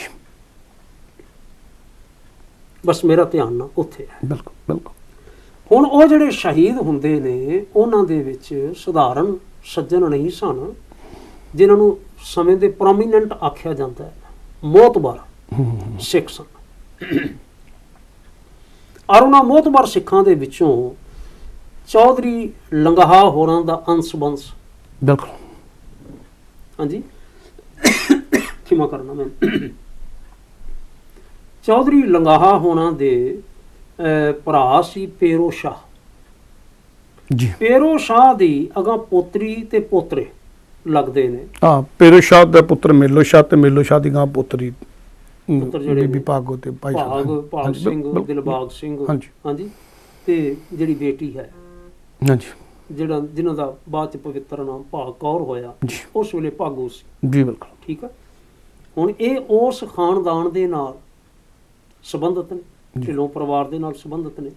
ਫਿਰ ਇਹਨਾਂ ਦੇ ਵਿੱਚ ਘਰਬਾਰਾ ਸਿੰਘ, ਦਰਬਾਰਾ ਸਿੰਘ ਭਾਈ ਹਾਂਜੀ ਦੋਏ, ਖੁਸ਼ਹਾਲ ਚੰਦ ਜਿਹੜੇ ਭੱਲੇ ਸਨ, ਕੁਝ ਤਾਂ ਕਹਿੰਦੇ ਨੇ ਕਿ ਉਸ ਵੇਲੇ ਉਹ ਵੀ ਸੱਜਣ ਜਿਹੜੇ ਅੰਮ੍ਰਿਤ ਛਕ ਖੁਸ਼ਹਾਲ ਸਿੰਘ ਤੇ ਨਾਲ ਖੁਸ਼ਹਾਲ ਸਿੰਘ ਉਹੀ ਨੇ। ਹਾਂਜੀ ਕੁਝ ਕਹਿੰਦੇ ਨੇ ਕਿ ਇਹ ਖੁਸ਼ਹਾਲ ਸਿੰਘ ਹੋਰ ਨੇ। ਹੂੰ ਹੈ ਇਹ ਦੋਵੇਂ ਜਿਹੜੇ ਭਰਾ ਨੇ, ਘਰਬਾਰਾ ਸਿੰਘ ਤੇ ਦਰਬਾਰਾ ਸਿੰਘ, ਇਹ ਉਸ ਖੁਸ਼ਹਾਲ ਚੰਦ ਦੇ ਬੇਟੇ ਨੇ। ਇਧਰ ਵੇ ਕੁਝ ਵੀ ਹੋਵੇ, ਖਾਨਦਾਨ ਕਿਹੜਾ ਹੈ? ਬਾਬਾ ਮੋਹਰੀ ਜੀ ਦਾ ਖਾਨਦਾਨ ਜੀ ਬਿਲਕੁਲ। ਧੰਨ ਗੁਰੂ ਅਮਰਦਾਸ ਪਾਤਸ਼ਾਹ ਜੀ। ਗੁਰੂ ਅਮਰਦਾਸ ਜੀ ਦੀ 8ਵੀਂ ਪੀੜ੍ਹੀ ਆ ਠੀਕ ਆ। ਬਾਬਾ ਖੁਸ਼ਹਾਲ ਔਰ ਸਿੰਘ। ਇਹਨਾਂ ਦੇ ਵਿੱਚ ਹੀ ਇੱਕ ਹੋਰ ਬੜੇ ਪ੍ਰਸਿੱਧ ਸ਼ਖਸੀਅਤ ਹੈ, ਗੁਰੂ ਘਰ ਦੀ ਬੜੀ ਨਾਮਣੇ ਵਾਲੀ ਸ਼ਖਸੀਅਤ, ਭਾਈ ਸਾਹਿਬ ਮਨੀ ਸਿੰਘ ਜੀ, ਜਿਹੜੇ ਬੰਦ ਕਟਵਾ ਕੇ ਹਾਂਜੀ ਹਾਂਜੀ ਬਾਅਦ ਵਿੱਚ ਸ਼ਹੀਦ ਹੁੰਦੇ ਨੇ। ਭਾਈ ਮਨੀ ਸਿੰਘ ਹੋਰਾਂ ਦਾ ਛੋਟਾ ਭਾਈ, ਇਹ 12 ਭਰਾ ਸਨ ਤੇ 12 ਭਾਈਆਂ ਦੇ ਇਹਨਾਂ ਦੀਆਂ 2 ਮਾਤਾਵਾਂ ਸਨ। ਇੱਕ ਦਾ ਨਾਮ ਸੀ ਮਧਰੀ ਬਾਈ, ਦੂਜੀ ਸੀ ਲੜਕੀ। ਇਹ 7 ਜਿਹੜੇ ਸਨ ਨਾ ਭਰਾ, ਇਹ ਮਧਰੀ ਤੋਂ ਸਨ ਤੇ 5 ਭਰਾ ਜਿਹੜੇ ਸਨ ਉਹ ਲੜਕੀ ਤੋਂ ਸਨ। ਭਾਈ ਦਿਆਲਾ ਜੀ ਹੋਣੀ, ਭਾਈ ਮਨੀ ਸਿੰਘ ਜੀ ਹੋਣੀ, ਇਹ ਵੱਡੀ ਤੋਂ ਸਨ। ਤੇ ਇੱਕ ਹੋਰ ਜਿਸ ਦਾ ਜ਼ਿਕਰ ਆਉਂਦਾ ਹੈ ਇਹਨਾਂ 40 ਮੁਕਤਿਆਂ ਦੇ ਵਿੱਚ, ਰਾਏ ਸਿੰਘ, ਭਾਈ ਰਾਏ ਸਿੰਘ ਜੀ, ਭਾਈ ਮਨੀ ਸਿੰਘ ਦੇ ਭਰਾ ਸੀ। ਹਾਂਜੀ ਇਹ ਲੜਕੀ ਦੇ ਪੁੱਤਰ ਸਨ, ਜੀ ਇੱਕੋ ਬਾਪ ਦੇ ਬੇਟੇ। ਰਾਏ ਸਿੰਘ ਦੇ ਬੇਟੇ ਭਾਈ ਸਾਹਿਬ ਮਹਾਂ ਸਿੰਘ, ਕੁਝ ਕਹਿੰਦੇ ਨੇ ਮਹਾਂ ਸਿੰਘ ਦੇ ਬੇਟੇ ਸੀਤਲ ਸਿੰਘ। ਲੇਕਿਨ ਮੇਰੇ ਪਾਸ ਆਹ ਜਿਹੜੀ ਪੁਸਤਕ ਹੈ, ਮੈਂ ਆਪ ਜੀ ਦੇ ਵੀ ਧਿਆਨ ਚ ਲਿਆਵਾਂ, ਗੁਰੂ ਕੀ ਸਾਖੀਆਂ, ਗੁਰੂ ਕੀ ਪ੍ਰੋਫੈਸਰ ਪਿਆਰਾ ਸਿੰਘ ਪਦਮ ਜੀ ਦੀ। ਹਾਂਜੀ ਤੇ ਇਸ ਨੂੰ ਐਡਿਟ ਕੀਤਾ ਹੈ, ਬਾਅਦ ਵਿੱਚ ਛਪਾਇਆ ਹੈ ਭਾਈ ਸਾਹਿਬ ਪ੍ਰੋਫੈਸਰ ਪਿਆਰਾ ਸਿੰਘ ਪਦਮ ਹੋਰਾਂ ਨੇ ਜੀ। ਲੇਕਿਨ ਇਹਨੂੰ ਪਾਠਕਰੀ ਤੋਂ ਗੁਰਮੁਖੀ ਦੇ ਵਿੱਚ ਲਿਆਂਦਾ ਭਾਈ ਸਾਹਿਬ ਹੋਰਾਂ ਨੇ, ਗਿਆਨੀ ਗਰਜਾ ਸਿੰਘ ਹੋਰਾਂ ਨੇ। ਜੀ ਤੇ ਲਿਖਿਆ ਕੋਈ ਕੌਸ਼ਿਕ ਨਾਮ ਦੇ ਸੱਜਣ ਨੇ, ਸੇਵਾ ਸਿੰਘ ਕੌਸ਼ਿਕ, ਉਹਨਾਂ ਨੇ ਇਹ ਪੁਸਤਕ ਲਿਖੀ ਸੀ। ਜੀ ਉਹ ਜ਼ਿਕਰ ਕਰਦੇ ਨੇ ਕਿ ਭਾਈ ਰਾਏ ਸਿੰਘ ਦੇ ਇਹ 2 ਪੁੱਤਰ ਸਨ, ਮਹਾਂ ਸਿੰਘ ਤੇ ਸੀਤਲ ਸਿੰਘ। ਜੀ ਹੁਣ ਮੈਂ ਇੱਕ ਗੱਲ ਨਿਮਰਤਾ ਸਹਿਤ ਹੱਥ ਜੋੜ ਕੇ ਆਖਦਾ ਕਿ ਇਤਿਹਾਸ ਦੀਆਂ ਕੁਝ ਐਸੀਆਂ ਗੁੰਝਲਾਂ ਨੇ ਜਿਨ੍ਹਾਂ ਗੁੰਝਲਾਂ ਨੂੰ ਸਾਡੇ ਇਤਿਹਾਸਕਾਰ ਹੀ ਖੋਲ ਸਕਦੇ ਨੇ। ਤੇ ਇਸ ਵਾਸਤੇ ਨਾ ਤਾਂ ਅਸੀਂ ਉਹਨਾਂ ਗੁੰਝਲਾਂ ਵਿੱਚ ਪਈਏ, ਜੀ ਨਾ ਗੁੰਝਲਾਂ ਵਿੱਚ ਅਸੀਂ ਉਲਝੀਏ। ਅਸੀਂ ਉਹ ਜਿਹੜੀ ਤੱਤ ਦੀ ਗੱਲ ਆਖੀ ਹੈ ਨਾ, ਤੱਤ ਸਾਰ ਦੀ ਗੱਲ, ਗੁਰਮਤਿ ਸਿਧਾਂਤ ਦੀ ਗੱਲ, ਜੇ ਕੋਈ ਬੇਮੁਖ ਹੋਵੇ ਗੁਰਤੇ, ਉਹ ਗੱਲ ਆ ਅਸਲ 'ਚ ਤਾਂ ਆਪਣਾ ਜਿਹੜਾ ਧਿਆਨ ਹੈ ਨਾ ਉੱਥੇ ਰੱਖੇ। ਉਹ ਉੱਥੇ ਰੱਖੀਏ, ਬਿਲਕੁਲ, ਜਿਹੜੀ ਸਾਡੇ ਲਈ ਸਿੱਖਣ ਵਾਲੀ ਗੱਲ ਆ, ਜਿਹੜੀ ਸਿੱਖਣ ਵਾਲੀ ਗੱਲ ਹੈ। ਜਿਸ ਕਰਕੇ ਇਹ ਸਾਰੇ ਸੱਜਣ, ਗੁਰਮੁਖ ਸੱਜਣ, ਸਾਡਾ ਅਰਦਾਸ ਦਾ ਹਿੱਸਾ ਬਣੇ। ਹਾਂਜੀ, ਹੁਣ ਐਸੀਆਂ ਅੱਛੀਆਂ ਸ਼ਖਸੀਅਤਾਂ ਨੇ। ਭਾਈ ਭਾਗ ਸਿੰਘ ਹੋਣੀ ਝਬਾਲ ਦੇ ਚੌਧਰੀ ਨੇ, ਜੀ ਪੱਟੀ ਦੇ, ਪਰਗਨਾ ਸਾਰਾ ਪੱਟੀ ਸੀ, ਮੈਨੂੰ ਖਿਮਾ ਕਰਿਓ ਜੀ, ਪਰਗਨਾ ਸਾਰਾ ਪੱਟੀ ਸੀ। ਤੇ ਪੱਟੀ ਦੇ 3 ਜਿਹੜੇ ਨੇ ਉਹ ਮੁੱਖ ਚੌਧਰੀ ਹੁੰਦੇ ਸਨ, ਝਬਾਲ ਤੇ ਦੂਸਰੇ ਆਪਣੇ ਨੌਸ਼ਹਿਰਾ ਪਨੂਆ, ਤੀਸਰੇ ਨੌਸ਼ਹਿਰਾ ਟਾਲਾ। ਠੀਕ। ਇਹ 3 ਹੁਣ ਭਾਵੇਂ ਪਤੀਆਂ ਤਾਂ ਨਹੀਂ ਆਖਿਆ ਜਾ ਸਕਦਾ, ਪਰ ਇਹ 3-3 ਲੱਖ ਦੀਆਂ ਅਜਾਰੇਦਾਰੀਆਂ ਸਨ। ਇਹ ਤਿੰਨੇ ਹੀ 3-3 ਲੱਖ ਰੁਪਇਆ ਸਰਕਾਰੀ ਖਜ਼ਾਨੇ ਵਿੱਚ ਜਮ੍ਹਾਂ ਕਰਵਾਇਆ ਕਰਦੇ ਸਨ। ਇਹਨਾਂ ਨੂੰ ਅਜਾਰੇਦਾਰ ਵੀ ਕਿਹਾ ਜਾਂਦਾ ਸੀ। ਔਰ ਕਦੀ ਚੌਧਰੀ ਲੰਗਾਹਾ ਹੋਰਾਂ ਦੀ 84 ਪਿੰਡਾਂ ਦੀ ਮਲਕੀਅਤ ਸੀ। ਉਹਨਾਂ ਦੇ ਪੁੱਤਰ ਨੇ 27 ਪਿੰਡ ਵਿੱਚ ਹੋਰ ਖਰੀਦ ਕੇ ਵਿੱਚ ਪਾਏ। 11 ਪਿੰਡ ਹੋ ਗਏ, 111 ਪਿੰਡਾਂ ਦੀ ਜਿਨ੍ਹਾਂ ਦੀ ਮਲਕੀਅਤ ਸੀ। ਉਹਨਾਂ ਦੇ ਪਰਿਵਾਰ ਦੇ ਵਿੱਚੋਂ ਇਹ ਭਾਈ ਭਾਗ ਸਿੰਘ ਤੇ ਦਿਲਬਾਗ ਸਿੰਘ ਹੋਏ ਸਨ। ਚੰਗੀ 65 ਵਾਲੇ ਸਨ, ਸਰਕਾਰੀ ਦਰਬਾਰੇ ਚੱਲਦੀ ਸੀ। ਇੱਕ ਦਿਨ ਐਸਾ ਮੌਕਾ ਬਣਿਆ, ਔਰ ਇਸ ਪਰਿਵਾਰ ਦੀ ਆਪਾਂ ਬੇਸ਼ੱਕ ਪਿਛੋਕੜ ਦੀ ਗੱਲ ਜੇ ਸਾਂਝੀ ਕਰ ਲਈਏ ਕਿ ਭਾਈ ਲੰਗਾਹ ਢਿੱਲੋਂ ਜੀ ਦਾ ਹੀ ਪਰਿਵਾਰ ਸੀਗਾ ਜਿਹਦੇ ਕੋਲ ਜਦੋਂ ਹਰਿਮੰਦਰ ਸਾਹਿਬ ਦੇ ਉੱਤੇ ਅੰਮ੍ਰਿਤਸਰ ਦੇ ਉੱਤੇ ਪਹਿਲਾ ਹਮਲਾ ਹੋਇਆ ਗੁਰੂ ਹਰਗੋਬਿੰਦ ਸਾਹਿਬ ਦੇ ਵੇਲੇ, ਬੀਬੀ ਵੀਰੋ ਦਾ ਆਨੰਦ ਕਾਰਜ ਦੇ ਵੇਲੇ, ਤੇ ਗੁਰੂ ਸਾਹਿਬ ਨੇ ਆਪਣਾ ਪਰਿਵਾਰ ਝਬਾਲ ਭੇਜ ਕੇ ਇਸ ਭਾਈ ਲੰਗਾਹ ਢਿੱਲੋਂ ਦੇ ਪਰਿਵਾਰ ਦੇ ਵਿੱਚ, ਤੇ ਉੱਥੇ ਝਬਾਲ ਦੇ ਵਿੱਚ ਜਾ ਕੇ ਆਨੰਦ ਕਾਰਜ ਕੀਤਾ ਸੀ। ਜੰਗ ਜਿੱਤਣ ਤੋਂ ਬਾਅਦ ਚ ਬਰਾਤ ਉੱਥੇ ਸੱਦੀ ਸੀ। ਸੋ ਗੁਰੂ ਸਾਹਿਬ ਦਾ ਇਸ ਪਰਿਵਾਰ ਨਾਲ ਇੰਨਾ ਪਿਆਰ ਸੀਗਾ ਵੀ ਖਾਨਦਾਨੀ ਤੌਰ ਤੇ ਜੁੜਿਆ ਹੋਇਆ ਪਰਿਵਾਰ ਸੀ। ਗੁਰੂ ਅਰਜਨ ਦੇਵ ਦੇ ਵੇਲੇ ਤੋਂ ਜ਼ਿਕਰ ਕੀਤਾ ਜਾਂਦਾ ਹੈ। ਇਤਿਹਾਸਕ ਖਲਾਰੇ ਦੇ ਤੇ ਨਾ ਪਈ। ਹਾਂਜੀ, ਬਿਲਕੁਲ, ਹਾਂਜੀ, ਗੱਲ ਕਰੀਏ। ਆਪਾਂ ਸਮਝ ਲਈਏ ਲੰਗਾਹਾ, ਮੈਂ ਗਿਆ ਝਬਾਲ ਗਿਆ, ਹਾਂਜੀ। ਇਹਨਾਂ ਦਾ ਜਿਹੜਾ ਸਥਾਨ ਬਣਿਆ ਚੌਧਰੀ ਜੀ ਹੋਰਾਂ ਦਾ, ਮੈਂ ਉਸ ਸਥਾਨ ਤੇ ਵੀ ਦਰਸ਼ਨ ਕੀਤੇ। ਹਾਂਜੀ, ਹਾਂਜੀ, ਇਤਿਹਾਸ ਨੂੰ ਵੀ ਨੇੜਿਓਂ ਹੋ ਕੇ ਮੈਂ ਦੇਖਣ ਦਾ, ਸਮਝਣ ਦਾ ਯਤਨ ਕੀਤਾ ਵੀ ਇਹਨਾਂ ਦਾ ਨਾਮ ਲੰਗਾਹਾ ਕਿਉਂ ਸੀ। ਐਕਚੁਅਲੀ ਕਹਿੰਦੇ ਨੇ ਵੀ ਜਿਵੇਂ ਨਾ ਐਵੇਂ ਬਚਪਨ ਵਿੱਚ ਹੀ ਉਸਨੇ ਨਾਂ ਰੱਖਣ ਦੀ ਕੋਈ ਮਰਿਆਦਾ ਤਾਂ ਖਾਸ ਹੁੰਦੀ ਨਹੀਂ ਸੀ, ਇਹ ਲੰਗਾ ਕੇ ਚੱਲਦੇ ਸਨ, ਜਿਵੇਂ ਪੋਲੀਓ ਹੋਇਆ ਹੁੰਦਾ, ਲੰਗਾ ਲੰਗਾ ਹੈ ਲੰਗਾ ਪੈ ਗਿਆ, ਲੰਗਾ ਪੈ ਗਿਆ। ਠੀਕ। ਪਰ ਸਿਕੰਦਰ ਬਾਪ ਉਹਨਾਂ ਦਾ ਜਿਹੜਾ ਹੈਗਾ ਸੀ ਅਬੁਲ ਖੈਰ, ਹਾਂਜੀ, ਬੜਾ ਮੰਨਿਆ ਤੰਨਿਆ ਚੌਧਰੀ ਸੀ, ਤੇ ਪਿਓ ਤੋਂ ਬਾਅਦ ਪੁੱਤਰ ਦੇ ਕੋਲ ਚੌਧਰ ਆ ਗਏ। ਪਰ ਅਸੀਂ ਗੱਲ ਚੌਧਰ ਦੀ ਨਹੀਂ ਕਰ ਰਹੇ, ਅਸੀਂ ਗੱਲ ਕਰ ਰਹੇ ਹਾਂ ਸਿੱਖ ਦੀ। ਬਿਲਕੁਲ। ਔਰ ਇਹ ਭਾਈ ਲੰਗਾਹਾ ਉਹ ਸਿੱਖ ਹੈ ਜਿਹਨੂੰ ਭਾਈ ਗੁਰਦਾਸ ਨੇ 13 ਮਸੰਦਾਂ ਦੇ ਵਿੱਚੋਂ ਇੱਕ ਮਸੰਦ ਆਖਿਆ ਜੀ। ਬਿਲਕੁਲ। ਵੱਡਿਆਂ ਵੱਡਾ ਮਸੰਦਾ, ਹਾਂਜੀ, ਗੁਰਮੁਖ ਵੱਡਿਆਂ ਵੱਡੇ ਮਸੰਦਾ ਹੈ, ਉਹ ਸੱਜਣ ਹੈ। ਔਰ ਪ੍ਰਚਾਰਕ ਹੋਣ ਦੇ ਬਾਵਜੂਦ ਸਤਿਗੁਰਾਂ ਨਾਲ ਏਡਾ ਪਿਆਰ ਕਰਦਾ ਸੀ ਕਿ ਜਿਸ ਵੇਲੇ ਪੰਜਵੇਂ ਪਾਤਸ਼ਾਹ ਮਹਾਰਾਜ ਲਾਹੌਰ ਗਏ ਨੇ, 5 ਸਿੱਖ ਨਾਲ ਗਏ ਤੇ ਉਹਨਾਂ 5 ਦੇ ਵਿੱਚੋਂ ਵੀ ਇੱਕ ਭਾਈ ਲੰਗਾਹ ਜੀ ਗਿਆ ਸੀ। ਬਿਲਕੁਲ ਸਹੀ ਗੱਲ। ਔਰ ਤੁਸੀਂ ਦੇਖੋ ਸਹੀ, ਇੱਕ ਪਾਸੇ ਚੌਧਰ ਹੈ ਤੇ ਦੂਜੇ ਪਾਸੇ ਜਿਸ ਗੁਰੂ ਨੂੰ ਸਰਕਾਰੀ ਹੁਕਮਾਂ ਦੇ ਨਾਲ ਲਾਹੌਰ ਸੱਦਿਆ ਗਿਆ ਹੈ, ਉਹਦੇ ਹਮਰਾਹ ਹੋ ਕੇ ਜਾਂਦੇ ਨੇ। ਮੇਰੇ ਚੌਧਰ ਦਾ ਕੀ ਬਣੇਗਾ? ਮੇਰੇ ਕਿਲੇ, ਮਹਿਲ ਮਾੜੀਆਂ, ਜਾਇਦਾਦ, ਹਾਂਜੀ, ਇਹ ਸਾਰਾ ਕੁਝ ਇਹਦਾ ਕੀ ਬਣੇਗਾ, ਕੀ ਹੋਵੇਗਾ? ਕੋਈ ਪਰਵਾਹ ਕੀਤੀ? ਪਰ ਗੁਰੂ ਤੋਂ ਨਿਸ਼ਾਵਰ ਸਭ ਕੁਝ, ਨਿਸ਼ਾਵਰ ਸਭ ਉਹ ਪਰਿਵਾਰ ਸੀ। ਹਾਂਜੀ। ਫਿਰ 6ਵੇਂ ਪਾਤਸ਼ਾਹ ਮਹਾਰਾਜ ਨੇ, ਬਿਲਕੁਲ, ਹਾਂਜੀ, ਇਹ ਨਾਲ ਵੀ ਮਾਣ ਕੀਤਾ। ਗੁਰੂ ਸਾਹਿਬ ਸੱਚੇ ਪਾਤਸ਼ਾਹ ਨੇ ਵੀ ਇਹਨਾਂ ਨੂੰ ਮਾਣ ਦਿੱਤਾ। ਬੀਬੀ ਵੀਰੋ ਦਾ ਵਿਆਹ ਜਿਹੜਾ ਸੀ ਉੱਥੇ ਜਾ ਕੇ ਮਾਨਕ ਚੌਕ ਚਬਾਲ ਚ ਕੀਤਾ ਗਿਆ, ਮਾਨਕ ਚੌਕ ਕੀਤਾ। ਤਾਂ ਮੈਂ ਇਹ ਬੇਨਤੀ ਕਰਨ ਲੱਗਾ ਸਾਂ ਵੀ ਇਹ ਭਾਈ ਭਾਗ ਸਿੰਘ, ਦਿਲਬਾਗ ਸਿੰਘ, ਇਸ ਪਰਿਵਾਰ ਨਾਲ ਸੰਬੰਧਿਤ, ਹਾਂਜੀ, ਸਬਬ ਕੀ ਬਣਦਾ ਹੈ? ਛੋਟੀ ਭੈਣ ਇਹਨਾਂ ਦੀ, ਮੈਂ ਇਵੇਂ ਅੰਦਾਜ਼ਾ ਕਰਦਾ ਵੀ ਭਾਗੋ ਵੱਡੇ ਨਹੀਂ ਲੱਗਦੇ ਮੈਨੂੰ, ਇਹਨਾਂ ਦੀ ਛੋਟੀ ਭੈਣ ਲੱਗਦੇ ਨੇ। ਠੀਕ।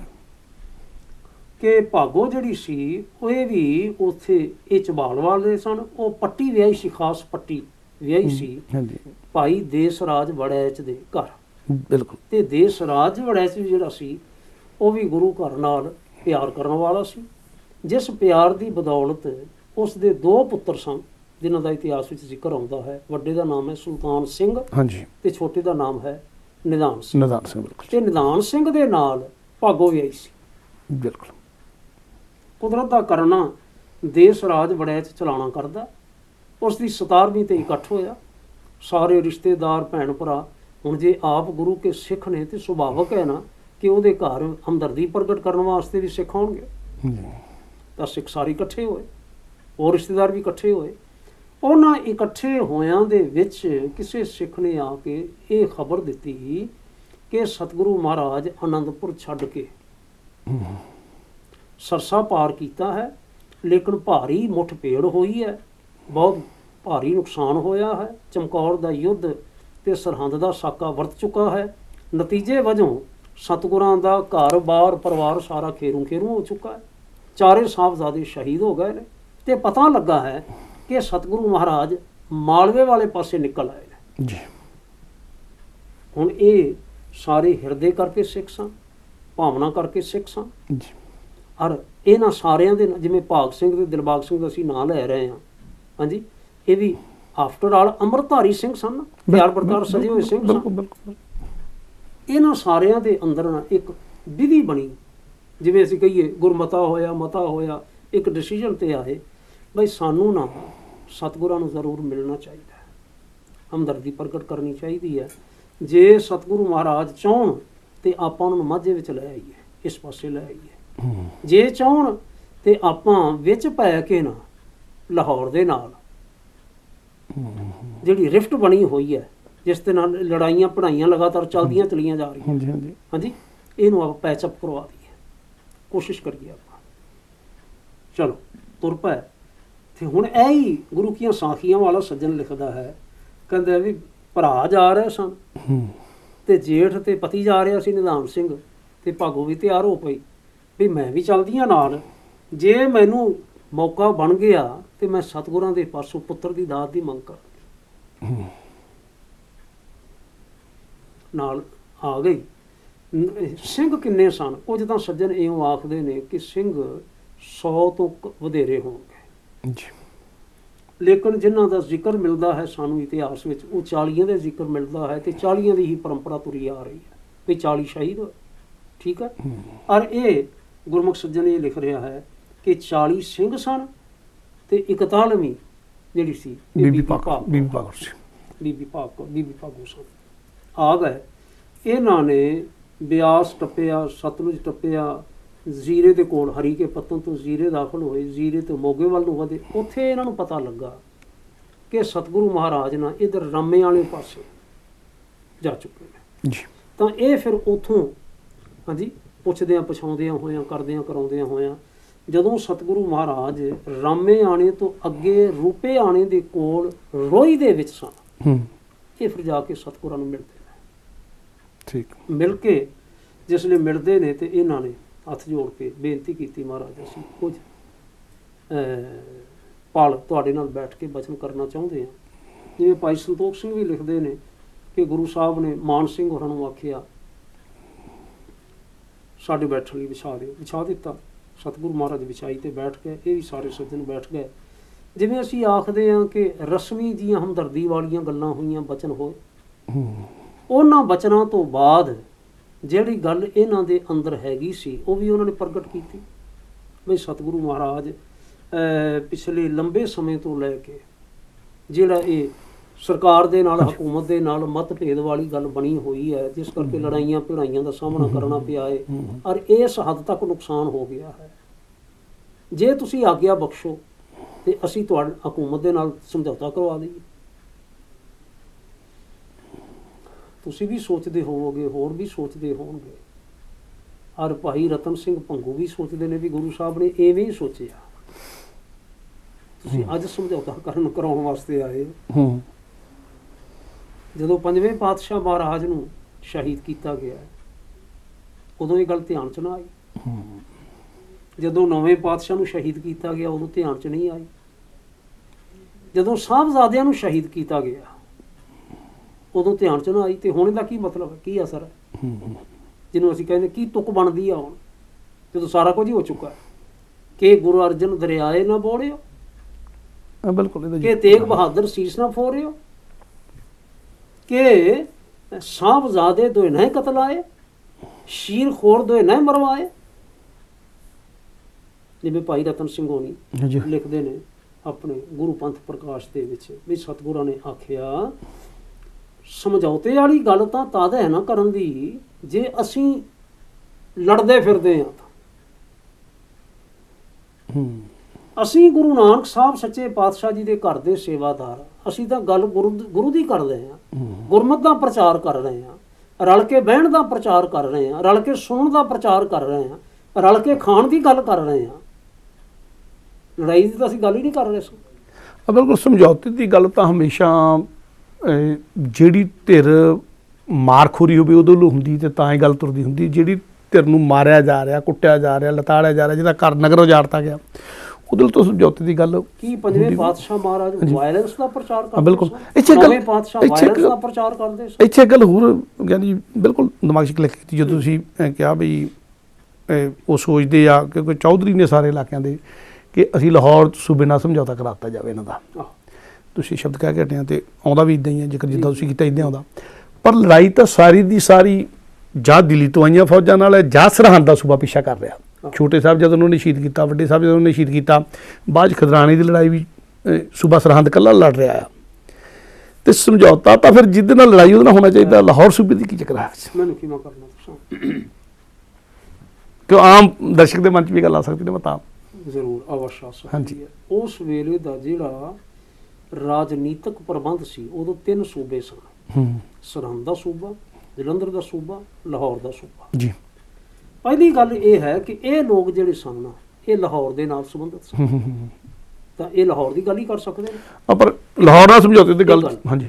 ਦੂਜੀ ਗੱਲ ਇਹ ਹੈ ਕਿ ਜਿਸ ਵੇਲੇ 7.5 ਮਹੀਨੇ ਦਾ ਘੇਰਾ ਪਿਆ ਹੈ ਤੇ ਲਾਹੌਰ ਦਾ ਸੂਬੇਦਾਰ ਜ਼ਬਰਦਸਤ ਖਾਨ ਉੱਥੇ ਬਿਲਕੁਲ ਗਿਆ, ਉਹ ਵੀ ਗਿਆ, ਕਿਉਂਕਿ ਸ਼ਾਹੀ ਫੌਜਾਂ ਦਾ ਇਹ ਖਾਸ ਵੱਡਾ ਹਿੱਸਾ ਸਨ, ਬਿਲਕੁਲ। ਔਰ ਵਜ਼ੀਰ ਖਾਨ ਵੀ। ਪਸ਼ਾਵਰ ਤੱਕ ਦੀਆਂ ਫੌਜਾਂ ਗਈਆਂ ਆ, ਸ਼੍ਰੀਨਗਰ ਦੀਆਂ ਫੌਜਾਂ ਆਈਆਂ, ਜ਼ਿਕਰ ਸਾਰਾ ਮਿਲਦਾ ਆਪਾਂ ਨੂੰ। ਜਾਂ ਅਸੀਂ ਇਉਂ ਕਹਿ ਲਈਏ ਬਈ ਜੇ ਹੁਣ ਮੇਰੀ ਪਹਿਲੀ ਜਿਹੜੀ ਜਾਣ ਪਛਾਣ ਹੈ ਲਾਹੌਰ ਵਾਲਿਆਂ ਦੇ ਨਾਲ ਹੈ, ਅਗਲੀ ਗੱਲ ਆਪਾਂ ਫਿਰ ਕਰ ਲਾਂਗੇ, ਫਿਰ ਵਜ਼ੀਰ ਖਾਨ ਵਾਲੀ ਕੀਤੀ ਜਾ ਸਕਦੀ ਹੈ, ਜਾਂ ਦਿੱਲੀ ਵਾਲੀ ਗੱਲ ਵੀ ਕੀਤੀ ਜਾ ਸਕਦੀ ਹੈ। ਪਹਿਲਾਂ ਤਾਂ ਮੈਂ ਉੱਥੇ ਹੀ ਕਰਾਂਗਾ ਨਾ ਜਿੱਥੇ ਮੇਰੀ ਚੱਲਦੀ ਹੈ, ਜਿੱਥੇ ਮੇਰੀ ਜਾਣ ਪਛਾਣ ਹੈ। ਮੈਂ ਇਉਂ ਸਮਝਦਾ ਬਈ ਉਹਨਾਂ ਨੇ ਜਿਹੜੀ ਇਹ ਗੱਲ ਆਖੀ ਨਾ, ਇਸ ਰੂਪ 'ਚ ਆਖੀ, ਨਾਲੇ ਫਿਰ ਉਹ ਇੱਛਾ ਰੱਖ ਕੇ ਗਏ ਸਨ ਵੀ ਅਸੀਂ ਗੁਰੂ ਸਾਹਿਬ ਨੂੰ ਮਾਝੇ ਵਿੱਚ ਲੈ ਆਉਂਦੇ ਆ। ਵਜ਼ੀਰ ਖਾਨ ਦਾ ਜਿਹੜੀ ਅਪਰੋਚ ਹੈ ਉਹ ਸਰਹੰਦ ਹੈ, ਤੇ ਮਾਝਾ ਜਿਹੜਾ ਹੈ ਉੱਥੇ ਵਜ਼ੀਰ ਖਾਨ ਦੀ ਅਪਰੋਚ ਨਹੀਂ, ਕਿਉਂਕਿ ਦੂਜੀ ਸਟੇਟ ਹੈ। ਠੀਕ, ਉਹ ਸਟੇਟ ਜਿੱਥੇ ਸਾਡੀ ਚੱਲਦੀ ਤੇ ਸਾਡੇ ਕਿਆਂ ਦੀ ਚੱਲਦੀ ਹੈ, ਠੀਕ ਹੈ ਨਾ। ਇਸ ਲਈ ਅਸੀਂ ਆਖਿਆ, ਉਹਨਾਂ ਨੇ ਇਸ ਪ੍ਰਕਾਰ ਦੀ ਇੱਛਾ ਪ੍ਰਗਟ ਕੀਤੀ। ਪਰ ਸਤਿਗੁਰੂ ਮਹਾਰਾਜ ਨਾ ਗੱਲ ਕਿਸੇ ਹੋਰ ਰੂਪ 'ਚ ਦੇਖ ਰਹੇ ਸਨ ਕਿ ਲੜਨਾ ਸਾਡਾ ਪ੍ਰਯੋਜਨ ਨਹੀਂ ਹੈ, ਲੜਨਾ ਸਾਡਾ ਮਕਸਦ ਨਹੀਂ ਹੈ, ਲੜਨਾ ਸਿੱਖੀ ਨਹੀਂ ਹੈ। ਪਰ ਜੇ ਜਿਉਣ ਦੇ ਵਾਸਤੇ ਲੜਨਾ ਤੇ ਮਰਨਾ ਜ਼ਰੂਰੀ ਹੋਵੇ ਤੇ ਫਿਰ ਪਿੱਛੇ ਹਟਣਾ ਵੀ ਸਿੱਖੀ ਨਹੀਂ ਹੈ, ਜਿਸ ਬਚਨ ਦੀ ਅਸੀਂ ਪਾਲਣਾ ਕਰ ਰਹੇ ਹਾਂ। ਅਸੀਂ ਅਕਸਰ ਗੁਰੂ ਨਾਨਕ ਸਾਹਿਬ ਜੀ ਦਾ ਬਚਨ ਇੱਥੇ ਯਾਦ ਕਰਦੇ ਹਾਂ, ਜਾਓ ਤਾਂ ਪ੍ਰੇਮ ਖੇਲਣ ਕਾ ਚਾਓ, ਸਿਰ ਦਾ ਤਲੀ ਗਲੀ ਮਰਿਆ, ਇਤਮਾਰ ਦੁਪਹਿਰ ਕਰੀਜੈ, ਸਿਰ ਦੀਜੈ ਕਾਨ ਨਾ ਕੀਜੈ। ਤੁਰੇ ਹਾਂ ਅਸੀਂ ਪਿਆਰ ਦੀ ਖੇਡ ਖੇਡਣ ਵਾਸਤੇ, ਵਾਹਿਗੁਰੂ ਜੀ ਦੇ ਨਾਲ ਪਿਆਰ ਦੀ ਖੇਡ ਖੇਡਣ ਲਈ, ਤੁਹਾਨੂੰ ਸਾਰਿਆਂ ਨੂੰ ਪਿਆਰੇ ਬਣਾਉਣ ਵਾਸਤੇ, ਠੀਕ ਹੈ। ਪਰ ਇਸ ਨੂੰ ਅਗਰ ਕੋਈ ਬਰਦਾਸ਼ਤ ਨਹੀਂ ਕਰਦਾ ਤੇ ਉਹ ਸਮਝਦਾ ਹੈ ਕਿ ਇਹ ਸਾਹਮਣੇ ਤਲਵਾਰ ਦਿਸਦੀ ਹੈ, ਇਹ ਲੰਘ ਕੇ ਹੀ ਫਿਰ ਤੁਸੀਂ ਪਿਆਰ ਵਾਲੀ ਗੱਲਾਂ ਕਰ ਸਕਦੇ ਹੋ। ਫਿਰ ਮਹਾਰਾਜ ਕਹਿਣ ਲੱਗੇ ਫਿਰ ਅਸੀਂ ਤਿਆਰ ਹਾਂ। ਤੁਹਾਡਾ ਬੜਾ, ਤੁਸੀਂ ਬੜੇ ਪਿਆਰ ਨਾਲ ਵੀ ਸ਼ਬਦ ਕਹਿੰਦੇ ਹੁੰਦੇ, ਜਫਰਨਾਮੇ ਦਾ ਸ਼ੇਰ ਹੈ ਵੀ ਕਿਰਪਾਨ ਤਾਂ ਉਦੋਂ ਹੀ ਚੱਕਣੀ ਜਦੋਂ ਸਾਰੇ ਹਿੱਲੇ ਵਸੀਲੇ ਖਤਮ ਹੋ ਜਾਣ। ਚੁਕਾਰ ਅਜ਼ਹਮਾ ਹੀਲ ਤੇ ਦਰਗੁਜ਼ਸ਼ਤ ਹਲਾਲ ਬੁਰਦਨ ਬਾਸ਼ਮਸ਼ੀਰ ਦਸਤ। काश ये मिसरा हर दर्रे दीवार हो जाए, जिसे जीना हो मरने के लिए तैयार हो जाए। काश, अफसोस, ये मिसरा ए लफ्ज़ अखर ए शेर हर दर्रे दीवार हो जाए, हर डाट ते लिख दिता जाए, हर दीवार ते लिख दिता जाए, जिसे जीना हो। गल असीं जिउण दी सिखा रहे हैं, पर जे जिउण दी शर्त पहला मरण है, जिसे जीना हो मरने के लिए तैयार हो जाए, फिर किहड़ी गल होई। मरण न मंदा लोका आखी है, मरण मुर्शा सोरिया हक है, ठीक है। सतगुरु महाराज ने की बचन आखे, असीं सिद्धांतक पक्ष ਨੂੰ ਧਰਾਤਲ ਨੂੰ ਵਿਚਾਰਦੇ ਹੋਏ ਕਿਤਨੀ ਸਾਰੀ ਵਿਆਖਿਆ ਕਰ ਸਕਦੇ ਹਾਂ। ਸਾਨੂੰ ਸਾਰਿਆਂ ਨੂੰ ਸਮਝ ਲੈਣਾ ਚਾਹੀਦਾ ਹੈ। ਹੁਣ ਇਹ ਬਿਲਾਵੇ ਵਾਲੀ ਗੱਲ ਜਿੱਥੋਂ ਬਣਦੀ ਹੈ, ਭਾਈ ਸਾਹਿਬ ਹੋਣੀ, ਭਾਗ ਸਿੰਘ ਹੋਣੀ, ਜਿਹੜੇ ਕਿ ਸਰਕਾਰੀ ਤੌਰ ਤੇ ਬੜੀ ਪਹੁੰਚ ਰੱਖਣ ਵਾਲੇ ਸੱਜਣ ਨੇ, ਮੈਂ ਕਹਾਂਗਾ ਜੇ ਅਜੋਕੇ ਸਮੇਂ ਨੂੰ ਅਸੀਂ ਧਿਆਨ 'ਚ ਰੱਖ ਲਈਏ ਤੇ ਉਹਨਾਂ ਨੇ ਬੜੀ ਨਿਆਇਕ ਜਿਹੀ ਗੱਲ ਕੀਤੀ ਆਪਣੇ ਵੱਲੋਂ। ਆਪਣਾ ਨਿਆਇਕ, ਉਹਨਾਂ ਦੀ ਆਪਣੀ ਗੱਲ ਹੀ ਅਵਸਥਾ ਹੈ, ਮਨ ਦਾ ਨਿਆਂ ਹੀ ਹੈ ਨਾ ਬਈ ਜੇ ਫਿਰ ਤੁਸੀਂ ਮਹਾਰਾਜ ਐਵੇਂ ਹੀ ਚੱਲਦੇ ਰਹਿਣਾ ਚਾਹੁੰਦੇ ਹੋ ਤਾਂ ਸਾਡਿਆਂ ਕੋਲੋਂ ਸਿੱਖੀ ਨਿਭਾਉਣੀ ਬੜੀ ਔਖੀ ਹੈ। ਜੇ ਤੁਸੀਂ ਐਵੇਂ ਚੱਲਦੇ ਰਹਿਣਾ ਚਾਹੁੰਦੇ ਹੋ, ਭਾਵ ਬਾਗੀਆਨਾ ਰੁਚੀਆਂ ਲੈ ਕੇ ਚੱਲਣੀਆਂ, ਸਰਕਾਰ ਦੇ ਨਾਲ ਟੱਕਰ ਵਿੱਚ ਰੱਖਣਾ, ਟਕਰਾਅ ਦੇ ਵਿੱਚ ਰਹਿਣਾ। ਤੁਸੀਂ ਬਾਗੀ ਹੋਵੋ, ਅਸੀਂ ਤੁਹਾਡੇ ਸਿੱਖ ਆਪਣੇ ਆਪ ਬਾਗੀ ਸਮਝੇਗਾ। ਇੱਕ ਪਾਸੇ ਅਸੀਂ ਹਕੂਮਤ ਦੇ ਚੌਧਰੀ ਹਾਂ, ਸਾਡੇ ਲਈ ਚੱਲਣਾ ਬੜਾ ਕਠਿਨ ਹੋ ਗਿਆ। ਇੱਥੇ ਕੁਝ ਇੱਕ ਖਿਆਲ ਆਉਂਦਾ, ਇਹ ਸਮਾਂ ਵੀ ਹੁੰਦਾ ਜਾ ਰਿਹਾ ਕਿ ਅੱਜ ਵੀ ਆਪਾਂ ਕਹਿੰਦੇ ਕਿ ਸਤਿਗੁਰੂ ਨੇ ਸਾਡੇ ਲਈ ਚਾਰੇ ਸਾਹਿਬਜ਼ਾਦੇ ਵਾਰ ਦਿੱਤੇ, ਇਸ ਕਰਕੇ ਸਾਨੂੰ ਆਪਣੀ ਪਰਵਾਹ ਨਹੀਂ ਕਰਨੀ ਚਾਹੀਦੀ।